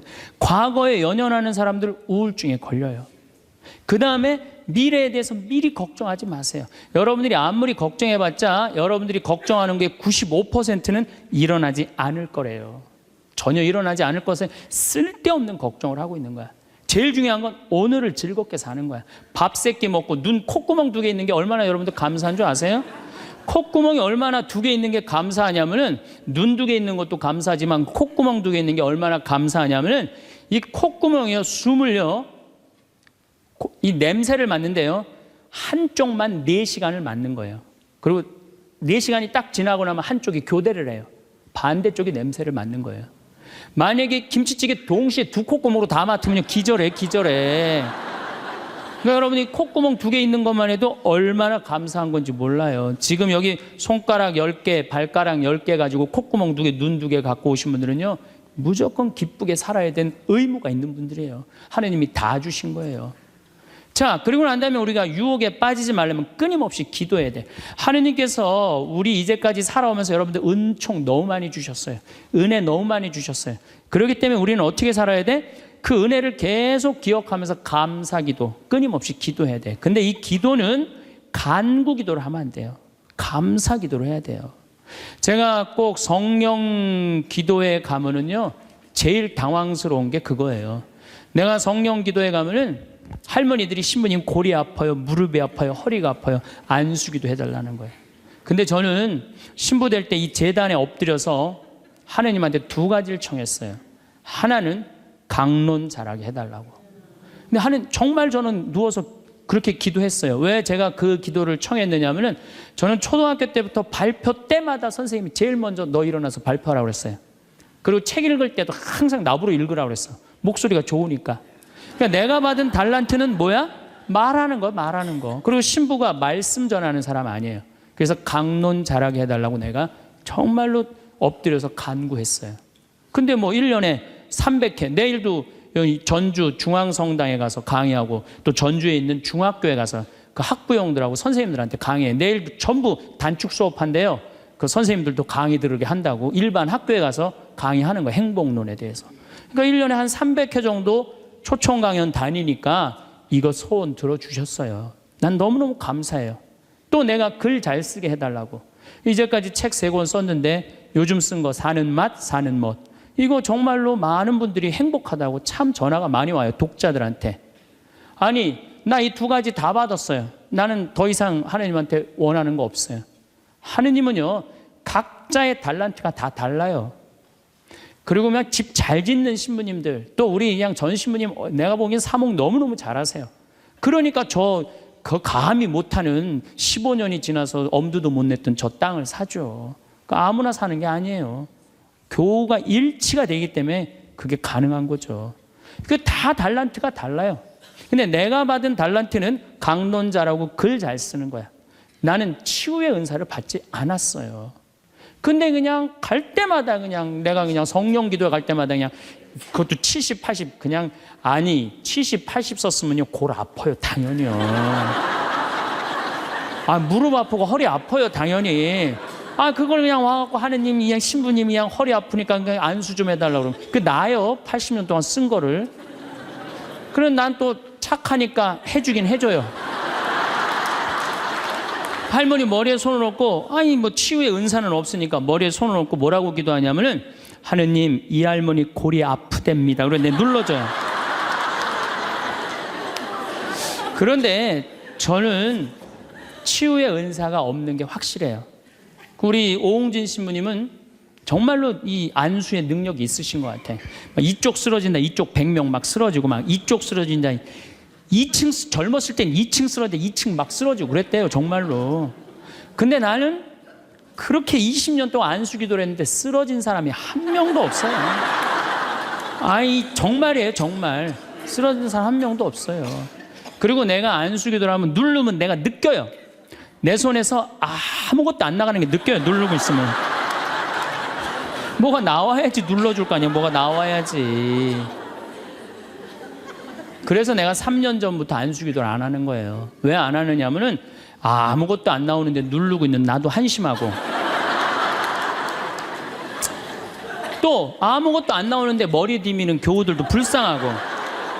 그러니까 서로 편안하자 이거예요. 내가 내일 모레 대전 대화동 성당에 강의를 가는데 신부님이 너무 고맙더라고. 아주 목소리가, 나 아직 얼굴을 못 뵀는데 신부님이 그러더라고. 저녁에 강의 끝나고 이제 여기는 내가 미사를 하고 강의를 시작했지만 거기는 강의가 끝나고 미사를 봉헌한대요. 그리고 안수기도가 있대요. 근데 신부님이 너무 고맙게 날 아시는 것 같아. 안수는 당신이 하겠다고. 고맙다고 그랬어요. 어쨌든 하여튼 제가 재작년에 2009년에 미국 북동부 성령 대회가 있어요. 근데 여러분들 참 미국 교우들이 참 열심히 해요. 특히 성령 대회는요, 한국의 성령 대회하고 분위기가 틀려요. 정말로 열심히 해요. 갔는데 첫날 800명이 왔는데 교우들이 그냥 내강이고 화가 나십니까? 라는 주제로 강의를 했는데 너무 재밌게 들었어요. 그때 그날따라 강의가 잘 되더라고요. 그랬더니 둘째 날에는 막 사람들이 전화를 막 한 거야. 야, 한국에서 조그만 신부가 왔는데 너무 재밌다. 그래갖고 둘째 날은 1200명이 늘은 거예요. 그런데 성령대 19년 활동한 늘어난 적이 처음이라는 거예요. 그런데 점점 나는 불안한 거예요. 점점 성령대 하이라이트를 향해서 가는 거야. 성령대 하이라이트는 뭐냐면 치유의 안수의 절이야. 점점 불안한 거예요, 이거. 아니, 내 손에서는 아무것도 안 나오는데 이제 아무 능력 없는 거 탄로가 나게 생긴 거야. 그런데 그때 같이 갔던 신부님이 청주교구 박효철 베네딕토 신부님이라고 있으세요. 전국 성령 주치도 신부님이세요. 근데 그분은 내가 뵈니까 치유의 은사가 있어요. 그러니까 나는 말씀의 은사가 있지만 그분은 치유 은사가 분명히 있는 분이야. 그래서 나한테 오지 말고 박신부님한테 가라. 그것도 나하고 본명도 같아. 베네딕토.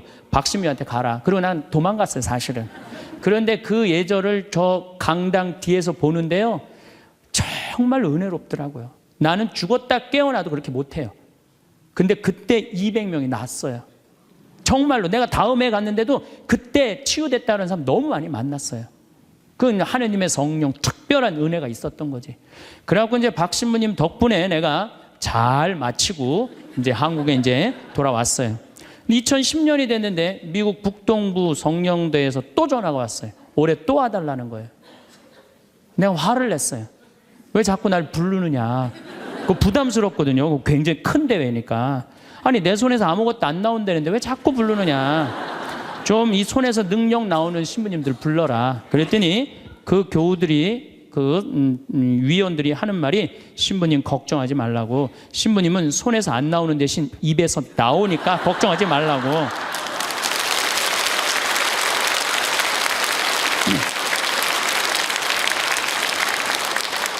그러느냐? 그렇다면 내가 가겠다. 그리고 이제 작년에 내가 또 북동부 성령대를 갔어요. 갔는데 그때 같이 갔던 신부님은 누구냐면은 우리 수원교구의 한연음 다니엘 신부님이 같이 갔어요. 이분 또 만만치 않게 영적으로 깊은 분이잖아요. 근데 이제 신부님이 먼저 강의를 가는데 갑자기 내 앞에 무릎을 꿇는 거예요. 나한테 안수기도를 해달라는 거예요. 아니, 내가 새카만 후배고 정말 내가 존경하는 선배 신부님이에요. 근데 갑자기 무릎을 꿇더니 나한테 안수기도를 해달라는 거예요. 내가 교우도 안 해주는 판국에, 아니, 하느님하고 성모님한테 정말 완전히 미쳐갖고 오로지 기도만 하는 신부님, 그분 성소하고 성물도가 너덜너덜해요. 같이 들어. 내 성소도 깨끗하고 성물도도 깨끗한데 내 거는. 그래서 내가 신부님한테 그래서, 신부님 저한테 안수기도 받으실 필요 없으시다. 신부님 같이 이렇게 영적으로 깊으신 분이 나같이 이렇게 어린 후배 신부한테 뭐하러 받느냐. 그냥 들어가셔라. 근데 신부님이 하시는 말씀이, 나는 황 신부한테 기적을 바라는 게 아니다. 사제의 축복을 받고 싶다. 또 이거 또 어떻게 안 해줄 수 있어? 그래서 그냥 떨리는 마음으로 신부님 머리에 손을 얹었어요. 근데 내가 깜짝 놀랐어요. 이게 내 손에서 안 나오다 보니까 신부님 머리에서 나오더라고.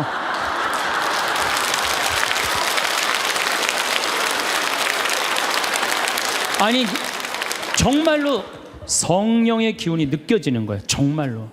야, 이러는 수도 있구나. 이게 내가 안 나오면 머리에서 나오는 수도 있구나.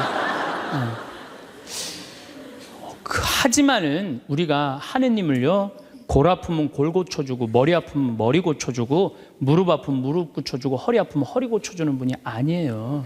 하느님은요, 찬양 받으실 분이에요. 하느님은 영광 받으실 분이에요. 하느님 우리 심부름꾼 아니에요. 그것도 돈이나 많이 주면서 시키면 내가 몰라. 달랑 1,000원 주면서 뭘 그렇게 많이 시켜. 그러니까 자꾸 간구 기도를 하다 보면 어떤 유혹에 빠지느냐 하면은 여기가 아닌가 봐. 천군 보살한테 가는 거예요. 그래서 천주교 교우들이요, 전보로 많이 다니는 거예요. 그래서 일단 찬양기도 감사기도 하는 교우들은요, 하느님 의심하지 않아요. 그리고 얼마나 은혜로워요. 여러분들 이 공기 공짜로 마시고, 태양 공짜로 햇빛 쬐고, 이 땅 공짜로 밟고 다니고, 얼마나 감사해. 눈 2개, 콧구멍 2개, 손가락 10개, 발가락 10개 있으면 됐지. 주님께서 여러분과 함께 마음을 드높이 우리 주 하느님께 감사합시다. 말로는 맨날 마땅하고 옳은 일이래. 말로는 감사기도를 해야 된다는 거예요. 미사 내용 전체가 뭐냐면 감사기도예요. 감사기도. 그래서 여러분들 오늘 이후부터는 끊임없이 기도해야 되는데 어떤 기도를 해? 감사기도를 해라는 감사기도. 그리고 진정한 기도는요, 진정한 기도는 어떤 게 진정한 기도냐면은, 저도 그런 기도를 많이 드려요. 하느님, 내가 당신의 나라를 위해서, 당신의 하늘나라를 위해서, 당신의 정의를 위해서 내가 무슨 일을 했으면 좋겠습니까? 나를 어떻게 당신이 쓰실 생각을 갖고 있습니까? 이렇게 물어볼 때 하느님의 뜻을 헤아릴 수가 있는 거예요. 그러니까 성당에는 하느님 뜻을 실천하려고 나오는 거지, 하느님이 내 뜻을 실천하라고 성당에 나오는 게 절대 아니다. 근데 우리 많은 교우들은 그걸 착각하고 있는 거예요. 예수님도 마태오복음 그 산상설교의 5장, 6장, 7장에 뭐라고 그러셨어요? 주의 기도를 가르쳐 달라고 그러니까 뭐라고 그랬어요? 너희들 기도할 때 많은 말 하지 말아라. 하늘에 계신 우리 아버지 이름이 거룩히 빛나시며 아버지의 나라가 오시며 아버지의 뜻이 뭐라고 그래요? 하늘에서와 같이 땅에서도 이루어지소서. 그렇게 기도하라고 그랬잖아요. 근데 우리는 그냥 성당에 나가고 계속 내 뜻만 계속 어필하는 거예요. 더욱이 여러분들 예수님하고 친해요, 안 친해요? 친하지도 않으면서 그냥 계속 이것이 해줘라. 여러분들 이 생각 해봐요. 정말 친한 친구가 와서 부탁하면은 들어줘요, 안 들어줘요? 힘들어도 들어줘요. 내가 좀 고통스럽더라도 그걸 나눠줘요. 생전 본 적도 없는 친구가 와서 딱 오더니 1,000원 주더니, 야, 내가 정말로 필요한 게 있는데 나 좀 도와줘라. 도와주고 싶어요, 안 도와주고 싶어요? 도와주고 싶지가 않다는 거예요. 그래서 여러분들 기도는 뭐냐면 일단은 예수님하고 친구 되기 위해 하는 거예요. 예수님하고 대화하는 거예요. 대화를 해서, 예수님, 당신이라면은 이 땅을 사겠습니까? 안 사겠습니까? 당신이라면은 이 지금은 이 무슨 요즘 무슨 그 제2금융권 막 이자 막 100%, 200%, 막 1000% 하는 사람들 있잖아요. 내가 만약에 예수님이랑 과연 그런 걸 할까? 그 사람도 얼마나 고통스러운데. 내가 예수님이라면은 내 아이를 어떻게 키울까? 내가 예수님이라면은 내 남편한테 어떻게 할까? 내가 예수님이라면은 아내한테 어떻게 할까? 내 아내한테 어떻게 할까? 이걸 물어보려고 기도하는 거예요. 그래서 기도라는 것은 간구 기도가 기도가 아니야. 그래서 난 묵주기도, 구일기도 보면 딱 지향 하나 두고 그냥 기립다 기도하는데 난 정말로 마음이 아파요. 묵주기도는, 저는 요즘 묵주기도 드릴 때, 오늘도 내가 묵주기도 5단을 바치면서 연옥에 있는 영혼들 구원해달라고 기도했어요. 왜냐하면 성모님이요, 그렇게 기도하라고 그랬거든요. 우리 그냥 계속 연옥을 위한 기도, 그 다음에 터키에서 지금 고통받는 사람들, 이런 정말 죄인들, 이런 사람들은 생전 기도하지 않고 그냥 대학 입시, 그냥 수능 잘 보게 해주고, 그냥 당 팔리게 해주고, 애 생기고 해주고, 이런 기도는 자꾸 하느님하고 멀어질 수도 있다는 얘기예요. 그걸 다 들어주지 않으세요, 하느님이. 어떻게 다 들어줘요? 내가 할 일이 있는 거지. 또 기도는 예수님의 말씀을 음미할 때 기도가 즐거워요. 예수님 묵상할 게 너무 많지 않아요? 예수님에 대해서 나는 예수님 말씀 중에 내 눈 속에 있는 들보는 보지 못하면서 남의 눈에 있는 티끌을 빼주려고 그러느냐. 자기 눈에는 들보는 못 보고 남의 눈에 티끌. 이거 내가 살아오면서 나도 그렇겠지만은 정말로 많이 봐요, 우리가. 그래서 나의 잘못, 나의 험, 나의 약점, 이거를 항상 볼 수 있도록 노력해야 되는데 우린 그런 걸 안 해요. 예수님 말씀 틀린 말 하나도 없어요. 사람이 안식을 위해서 있는 것이 아니라 안식일이 사람을 위해서 있는 것이다. 이것도 얼마나 멋있어요. 저는 요즘 오늘 뭐 국회 통과했다고 그러더라고요. FTA. 근데 난 판단이 안 서요. 왜냐하면 이거 FTA 누가 시작했냐면 노무현 대통령이 시작했어요. 그때는 한나라당이 쌍수를 들고 반대했어요. 그때는 이번에는 이명박 대통령 FTA 하니까 이번 민주당이 쌍수를 들고 반대했어. 나는 누가 옳은지 구분이 안 돼. 그러니까 믿음이 안 가는 거예요. 믿음이 안 가는 거예요. 나는 정말로 사람을 위한 일이 뭔가, 예수님이 과연 어떤 의미에서 이런 말씀을 했는가, 참 묵상할 거리가 너무 많죠. 또 너희들 무엇을 먹을까, 무엇을 입을까, 무엇을 마실까 걱정하지 말아라. 하늘에 나는 새도 다 먹여줄 거다. 그리고 내일을 걱정하지 마라. 내일 걱정은 내일이 할 것이다. 그날 고생은 그날로 충분하다. 여러분들 오늘 하루 종일 일하고 여기 오신 분들 많으시죠? 얼마나 피곤해. 가서 씻고 누워서 그냥 쉬고 싶은데 여기까지 온 분, 예수님, 내가 지금 예수님 이 자리에 있으면은 이 말 하고도 남았을 것 같아. 너희도 오늘 고생으로 충분한데 내일 걱정하지 말아라. 내가 다 알아서 해줄게. 예수님 분명히 그랬을 거예요. 이 말씀을 내 마음 안에 살아 움직일 때 여러분들은 진리가 너희를 자유롭게 하리라처럼 정말로 자유롭게 살 수 있어. 근데 예수님 말씀이 하나도 없어. 그냥 성서 하나 붙잡고 하루 종일 묵상해 본 적도 없고 일주일 내내 묵상해 본 적도 없어. 그냥 성서를 읽은 적도 없어. 그러면은 여러분들은 기도가 어려운 거예요. 점점 기도하는 방법을 잃어버리는 거예요. 고생하며 무거운 짐을 진 너희는 모두 나에게 오라. 내가 너희에게 안식을 주겠다. 얼마나 내 멍에는 가볍다. 얼마나 좋아요. 예수님 말씀을 가만히 묵상해 보면은요, 다 위로의 말이야. 내가 너를 너무 사랑하니까 걱정하지 마라. 내가 있는데 뭐가 그렇게 걱정이 많으냐. 전부 그런 내용이에요. 함께 하겠다. 내가 너희와 함께 하겠다. 나는 너를 이제 종이라 부르지 않고 뭐라고 부르겠다? 벗이라고 부르겠다. 예수님 행하신 행적을 봐요. 가난한 사람, 팔 하나 없는 사람, 눈 먼 사람, 귀 먼 사람, 나병으로 고생하는 사람, 또 죄 속에 있는 죄녀, 창녀, 가늠한 여인, 이 세상에 오셔서 그런 버림받고 고통받는 이들 속에서 사시다 가셨잖아요.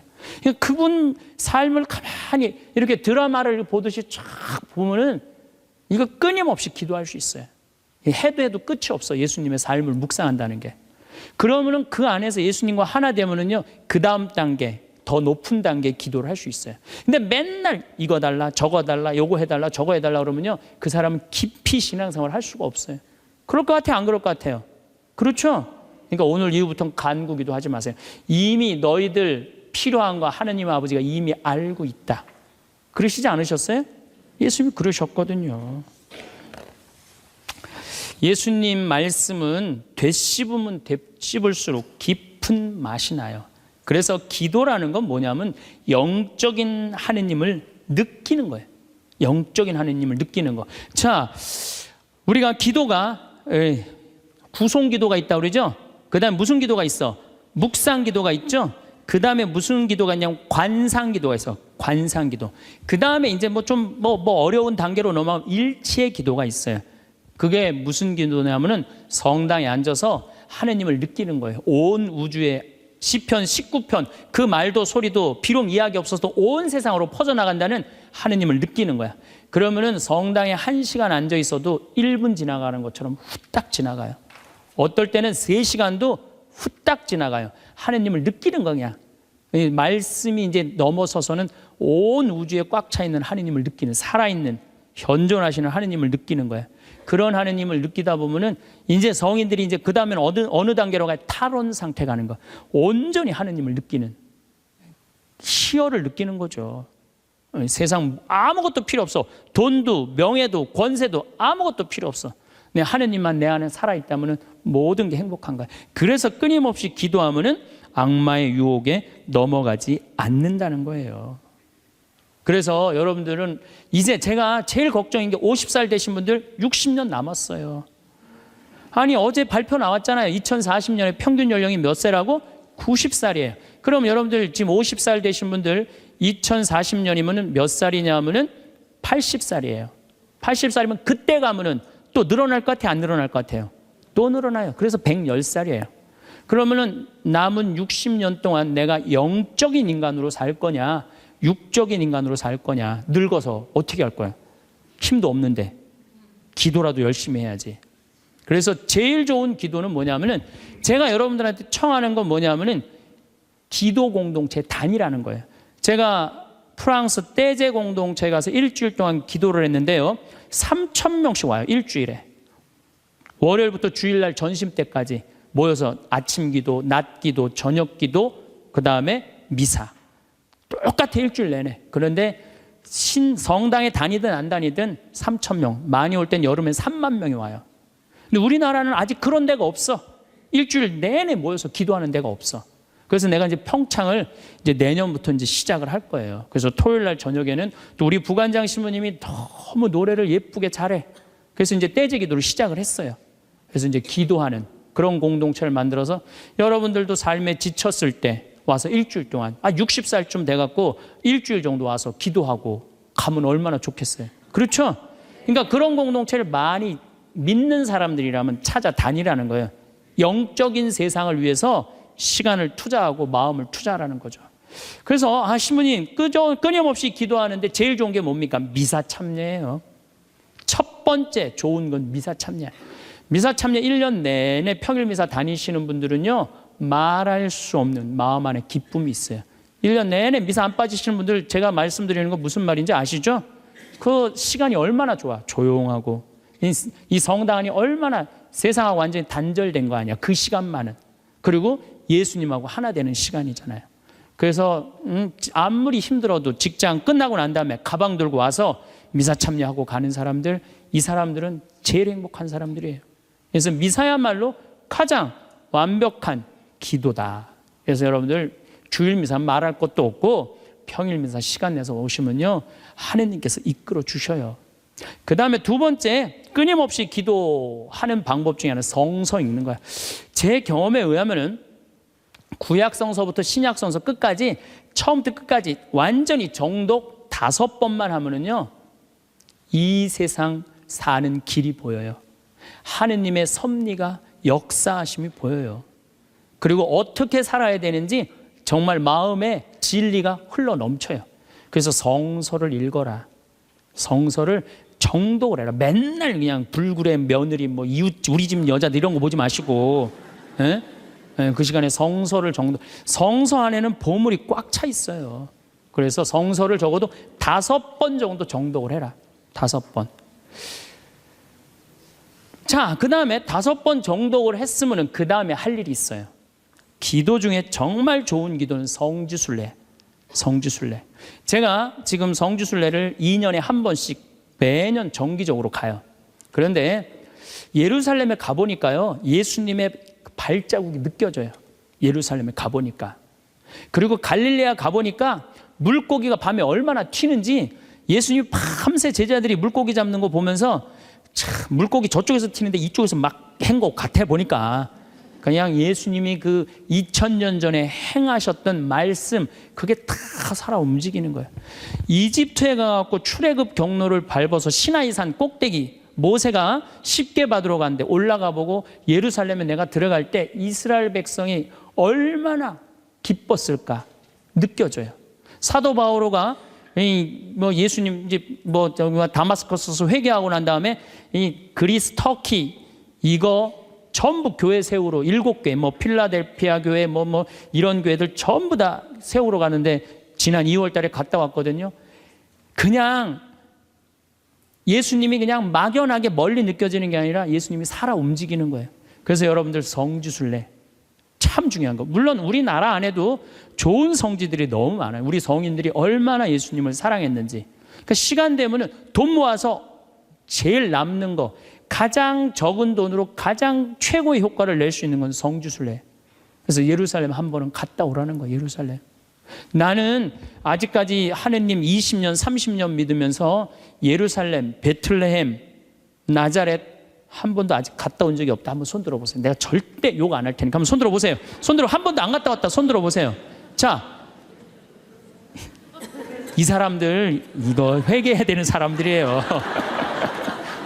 자, 여러분들 이 세상에 한 번 오셨어. 내가 하느님을 믿어. 하느님을 믿는데 예수님이 활동하고 가시는데 한 번 좀 가보고 싶지 않아요? 그럼 지금부터 개 모으세요. 개 모으셔갖고, 나는 우리 뭐 여의도 순복음교회가 한 번 거기 성주순례를 갔는데 몇 명이, 한 3,000명이 갔다. 3,000명. 3,000명이. 여러분들도 우리 능평성당 내가 있을 때 어른들 700명 갔잖아요. 한번 한 2년 개 모아갖고 우리 전신부님이랑 한번 1,000명 한번 쫙 한번 가봐요. 그럼 아마 일생 일대 너무 은혜를 많이 받을 거예요. 그 은혜는 마치 이스라엘 백성이 에집트를 뭐 200만 명이 뭐 200명 그건 뻥이겠지만은 어쨌든 하여튼 가듯이 그런 뜨거움을 아마 느끼실 거예요. 저는 그래서 우리가 끊임없이 기도하는데 정말 좋은 거는 성지순례다. 돈 모아서 성지순례 가라. 다시 한번 말씀드리지만 재물은 쓴 것만 재물이에요. 쓴 것만 내 재물이에요. 제가 지난번에 산호세 강의를 갔는데 나를 비행장에 데려다 준 자매가 하나 있어요. 친구가 5억을 떼어먹고 갔대요. 재산이 싹 날아갔대요. 근데 유일하게 자기가 아깝지 않았던 거, 성지순례 간 것만 아깝지 않더래요. 그거 갔다 오기를 얼마나 잘했는지, 성지순례 때마다 갔다 온 게 그것만 자기 마음 안에 살아 움직이더래요. 여러분들도 나중에 이 돈 저 돈 떼어먹고 땅 치고 통곡하지 말고 미리 지금 돈 모아서 성지순례 갔다 오십시오. 그리고 묵주기도 우리가 가장 쉽게 할 수 있는 기도예요. 누워서도 할 수 있고, 뭐 반신욕하면서도 할 수 있고, 걸어가면서도 할 수 있고. 묵주기도도 성모님 말씀대로 죄인들의 회개를 위해서, 연옥 영혼들의 고통 덜어주기 위해서, 그 기도가 저는 묵주기도 중에 가장 아름다운 기도라고 생각을 해요. 그래서 우리의 기도를 불쌍한 영혼들이 많이 기다리고 있으니까 그런 지향을 두고 그냥 수능 잘 보게 해주고 애 생기게 해주고 월세 나가게 해주고 땅 팔리게 해주고 그런 기도하지 마시고, 이렇게 끊임없이 기도하는 사람은요 악마의 유혹에 빠질 시간이 있겠어요, 없겠어요? 당연히 없어요. 당연히. 자, 그 다음에 어떤 처지에서든 감사하여라. 감사하는 사람 또 유혹에 안 빠져요. 여러분들 북한에서 안 태어나고 남한에서 태어난 거 감사해요, 안 감사해요? 북한은요 정말로 굶어 죽어요. 굶어 죽어요. 평양 근교만 빼놓고 나머지는 다 굶어 죽는다고 보시면 돼요. 이제 겨울이 시작되면은요 이 사람들 뗄감이 없어요. 석유 석탄이 없기 때문에. 그래서 산에 나무 잘라다가 또 해요. 그리고 어떤 집은 작년에는요 그 뗄감조차도 없어서 밥도 못 해갖고 그대로 얼어 죽은 사람들도 많다는 거예요. 근데 우리는 얼마나 잘 먹고 잘 살아요. 감사해요, 안 감사해요? 감사해요. 여러분들 후쿠시마에서 안 태어나고 대한민국에서 태어난 거 감사해, 안 감사해? 이거 여러분들 깊이 묵상해야 돼요. 왜냐하면 일본은 1년에 지진이 5,000번 일어나요. 5,000번. 하루에 15번 일어나요. 더 놀라운 거는 이번 12월, 1월 달에 지진이 또 일어난다는 게 지금 감지가 된다는 거예요. 일어날지 안 일어날지 모르겠지만은 일본 사람들은요 너무 불안한 거예요. 근데 우리나라는 지진이 1년에 몇 번 일어나는 줄 아세요? 15번 정도 일어나요.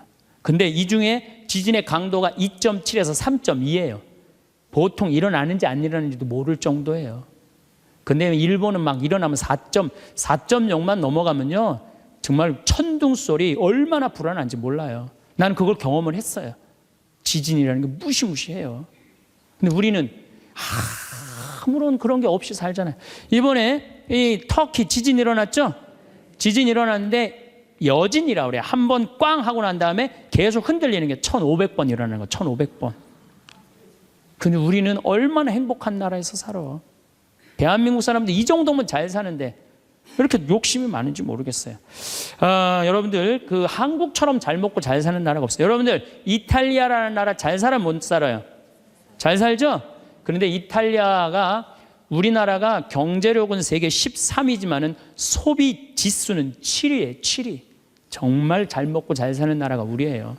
내가 뭐 예전에 방송에도 한번 말씀드렸지만 우리나라 갈비집에 가보면요 진짜 잘 먹어요. 갈비 막 먹으러 가면은요 막 이렇게 한 상 반찬 나와요. 그냥 그 계란찜, 그 다음에 무슨 뭐 단호박 삶은 거, 메추리알, 뭐 그 다음에 무슨 뭐 사라다, 무슨 야채 사라다, 국물 김치 뭐 별게 다 나와요. 그 다음에 파란 국수 말아서 나와요. 그리고 4명이 가면 4인분 시켜요. 4인분 시키면 배가 빵빵해. 한국 사람들은 배 빵빵하면 안 돼. 갈비집에 가고 배 터질 때까지 먹어야 되냐. 2인분 더 시켜요. 더 시켜서 먹고 난 다음에 그래도 우린 분이 안 풀려. 그냥 아줌마가 하나 쓱 나와서 이렇게 물어봐요. 냉면을 먹을래? 된장찌개를 먹을래? 그냥 그거 먹고 커피 공짜로 먹는 나라가 어디 있어요? 잘 먹어요. 횟집도 마찬가지예요. 횟집도 일본에 갖고 내가 회 정식 시켰는데 회가 딱 2점 나왔어요. 이게 맛백인가 보다 그러고 홀딱 먹었어요. 아무리 기다려도 회가 안 나와요. 왜 안 나오냐니까 그게 다라는 거예요. 근데 우리나라는 횟집에 가면 뭐부터 나와요? 씻기다시 나오죠? 개불, 멍게, 해삼, 전복, 낙지, 꽁치 소금에 구운 거, 미역국, 조개탕 별게 다 나와요. 그리고 그냥 또 회가 나오면 그냥 한 50점 나와요. 배는 꽉 찼는데 50점이 또 나와. 어떻게? 먹는 방법이 있어요. 상추에다가 회를 올려요. 그 다음에 마늘하고 고추하고 된장을 찍어갖고 상추를 동그랗게 말아요. 그 다음에 목구멍으로 밀어 넣는 거예요. 보면 계속 목구멍까지 찼어. 그래도 분이 안 풀려. 어떻게 하느냐면은 매운탕 또 시켜 밥 한 그릇 또 해갖고. 여러분들 우리 여기 할머니들 1959년에 우리나라가 UN 120개 국가 중에 GNP가 몇 위였느냐면 119위였어요. 1959년에. 꼴등이야, 꼴등. 그때는 정말로 똥구멍이 찢어지게 가난하게 살았어요. 똥구멍이. 다시 한번 똥구멍 찢어지는 거 얘기해 드릴게요. 9월에 추수하면 2월에 먹을 게 떨어져요. 보리는 5월에 피는데. 그러면 그냥 무슨 칡해서 먹고 쑥해서 먹고 그것도 안 되면 4월 달에 소나무 속껍질 벗겨요. 햇빛에 말려갖고 갈아갖고 쌀은 요만큼, 소나무 껍질은 이만큼. 그러니까 밥을 져서 먹으면 등짝에 붙었던 배가 쑥 나와요. 얼마나 좋아. 근데 문제는 이 섬유질은 소화가 안 돼요. 수분만 빠지고 다시 딱딱하게 대장에 가서 돌덩어리가 되는 거야. 똥을 넣으면 부드러운 똥이 나오는 게 아니야. 이 돌덩어리가 나오는 거야. 그러니까 이 돌덩어리를 빼내니 집집마다 뒷간에서 똥구멍 찢어지는 소리가 그냥 이 집 저 집에서 막 나는 거예요. 그게 1959년에 있었던 일이에요. 1959년. 그런데 불과 60년 만에 이렇게 잘 살 수가 없어요. 이렇게 잘 살 수가 없어요.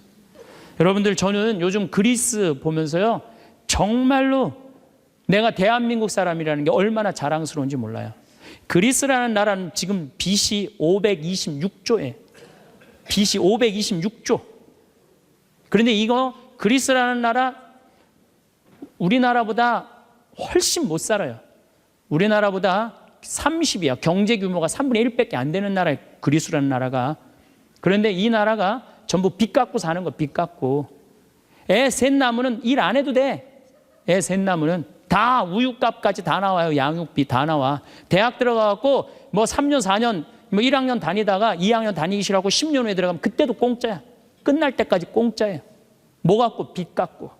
그래갖고 좀 이제 이 빚이 이렇게 나라 빚이 많으니 허리띠 좀 졸라 매자 그랬더니 내 연금은 못 깎는다. 맨날 데모하는 거예요. 그 다음에 막 정부 기관에 그냥 저기 막 전기 끊고.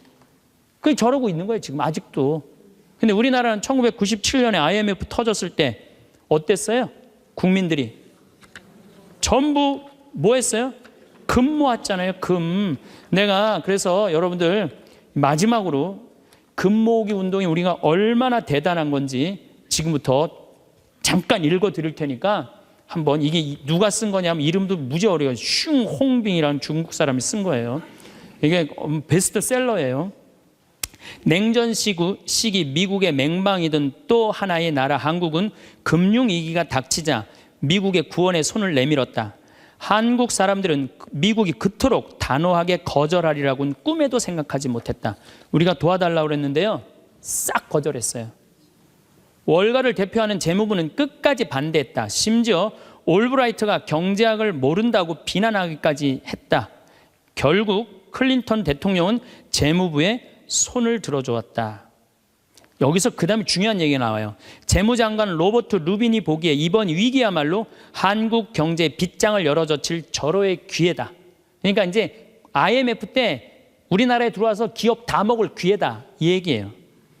그는 구원을 청하는 옛 맹방인 한국을 과거보다 훨씬 가혹한 조건으로 대하라고 지시했다. IMF는 미국 재무부의 압력 아래 한국의 원조 조건에 온갖 가혹한 조건을 덧붙였다. 그래서 우리나라가 얼마나 고통스러웠어요. 한국이 즉시 미국에 유리한 조건으로 미국과의 모든 무역 마찰을 해결할까지 포함했다. 그동안 마찰이 많은데 미국한테 다 손들었어요. 분노한 한국민들은 IMF가 언제나 미국 편에 서서 갖가지 불합리한 조건을 내건다고 비난했다. 한국 정부는 하는 수 없이 미국의 조건들을 받아들이고 미국이 은행 지점들을 한국에 설립하도록 허락했다. 시티은행, 그 미국 은행이에요. 외국 기업들이 보유할 수 있는 상장회사의 지분은 원래는 26%나 이 운영권을 못 갖고 있었는데 그때 50% 상향 조절했어요. 외국인이 개인이 소유할 수 있는 기업의 주식 지분은 7%에서 50%로 늘어났어요. 그래갖고 외환은행 전부 다 론스타한테 뺏긴 거죠. 한국 기업은 반드시 국제회계의 원칙에 따라 했으며 금융기관은 국제회계사무소의 회계 감사를 받아야 했다. 참. 그러나 국제금융재벌들은 한국의 강한 민족성들을 너무 얕잡아 보았다. 한국의 협의를 체결하기만 하면 당장이라도 몰려들어 사냥감을 물어 뜯을 판이었다. 우리나라 현대, 삼성 다 먹을 판이었다는 얘기예요. 그런데 고립무원, 완전히 고립무원의 사면 초가에 빠진 한국인들은 나라를 구하겠다는 일념으로 너도 나도 금모기 운동에 나서서 정부를 도왔다. 이때 금모은 게 21억 달러예요. 한국에 돈 한 푼도 없었을 때. 놀라운 거는 금모기 하고부터는 5억 달러 수출 계속 적자였다가 이때부터 흑자로 전환하기 시작해. 이게 흑자의 출발점이 돼요. 금모기 운동이. 그래서 이걸 극복한 나라예요. 서양의 기업들은 한국 대기업을 거의 하나도 사들이지 못했다. 한국 경제는 가장 어려웠던 1998년 여름의 악몽에서 완전히 빠져나올 수 있도록 수출을 빠르게 회복했다. 금모기 운동부터 그랬다는 거예요. 국제금융재벌들과 미국 재무부는 공연히 헛물만 켜다가 만셈이 되었다. 뿐만 아니라 한국으로 하여금 정부가 경제를 주도할 절대적인 필요성을 확실히 깨닫게 해줬다. 마이크로소프트가 한국 최대의 소프트웨어 기업을 삼키려는 시도도 물 건너 갔어요. 그러니까 미국 애들이 그때 한국 다 살라고 그랬어요. 근데 그것도 못 샀고 8개의 한국 지방 소프트웨어 기업들에게 그 몫이 돌아갔다. 다 우리나라 기업들이 다 샀다는 얘기예요. 포드가 기아 자동차를 구입하려던 계획도 빗나가 버렸다. 그때 기아가 망했거든요. 근데 빗나가서 우리가 금 모아서 현지 기업이 포드의 꿈을 현대가 구했죠. 꿈을 보기 좋게 꺾어준 것이다. 이렇게 우리나라가 그 IMF를 벗어난 민족이야. 그런데 이렇게 대단한데 아니 정치를 보면은 사회를 보면 한국이 현찮다고 그래. 내가 보기에는 한국이 대단한데 얼마나 대단해. 그리스하고 우리나라하고 정반대 아니에요. 그래서 이 IMF를 넘어서서 지금 이렇게 우리가 전 세계가 지금 금융위기를 겪고 있잖아요. 지금 그리스, 이탈리아, 스페인, 프랑스 다 무너지고 있잖아요. 근데 우리나라는 아직도 경쟁력이 있다는 거예요. 이렇게 대단한 사람들이 모여 살아갖고 우리나라 이름이 대한민국이에요.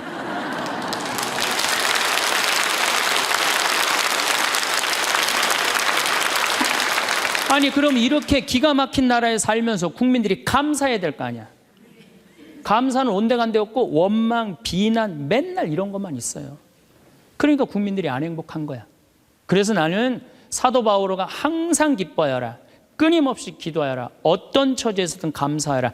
이것이 우리 주 예수 그리스도를 통하여 드러내신 하느님 아버지의 뜻이다.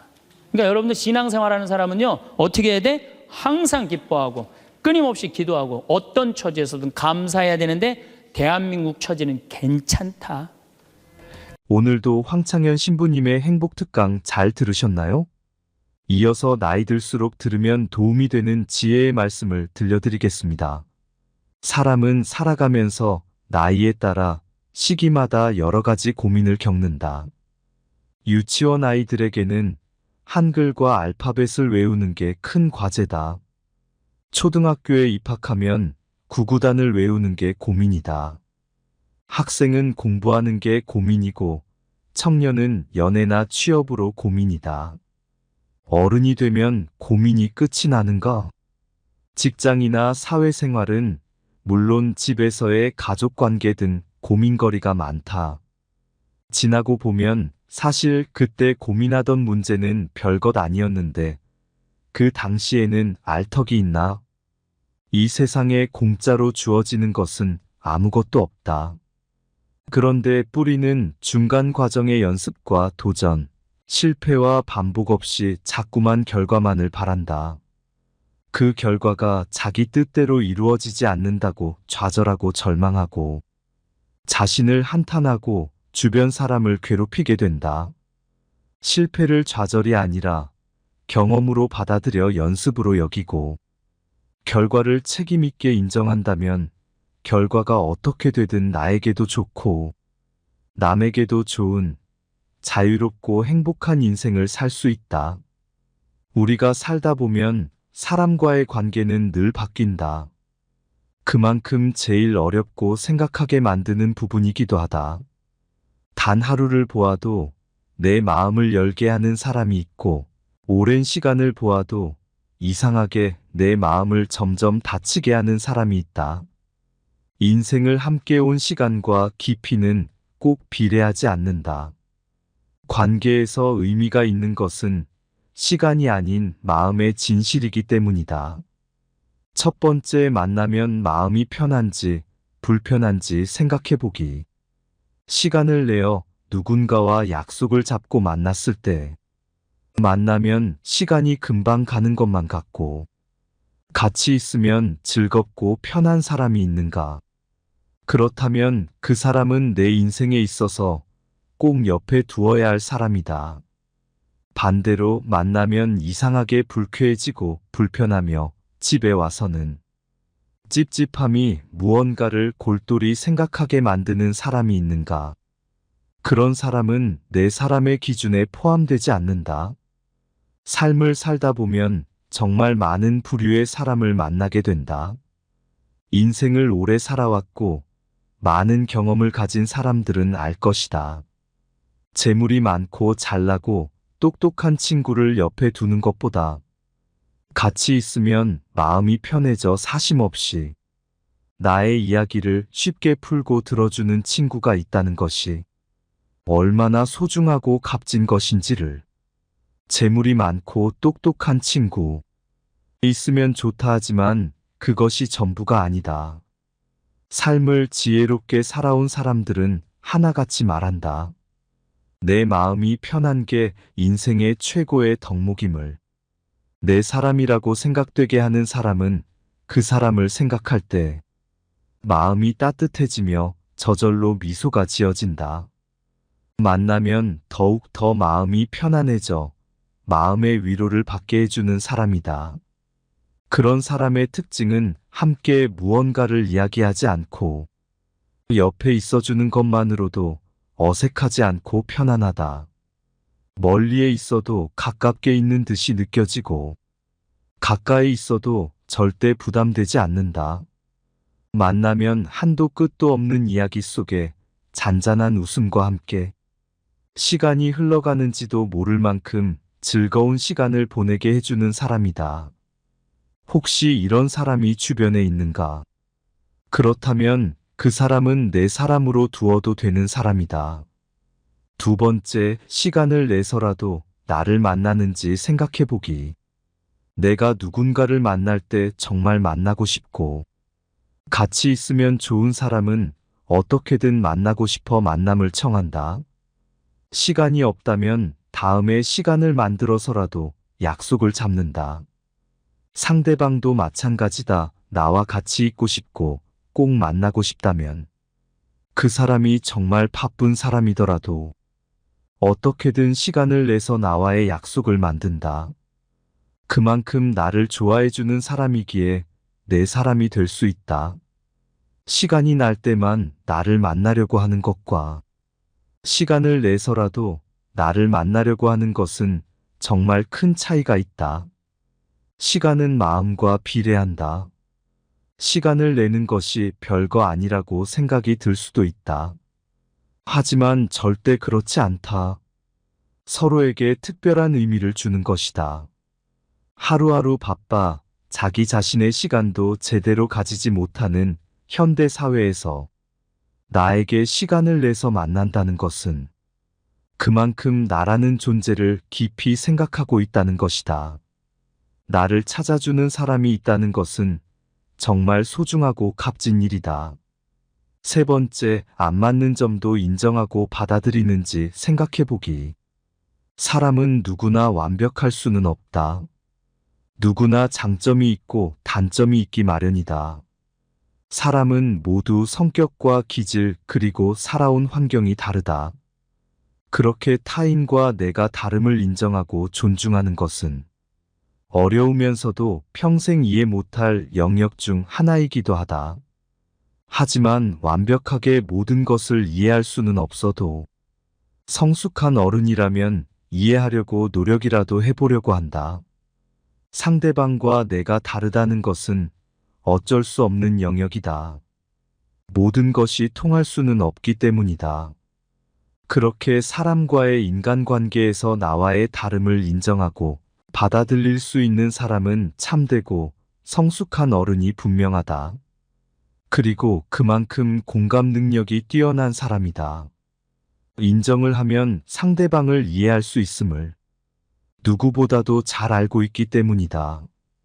인생에 정답이 없듯이 사람도 누가 맞고 누가 틀리고는 존재하지 않다.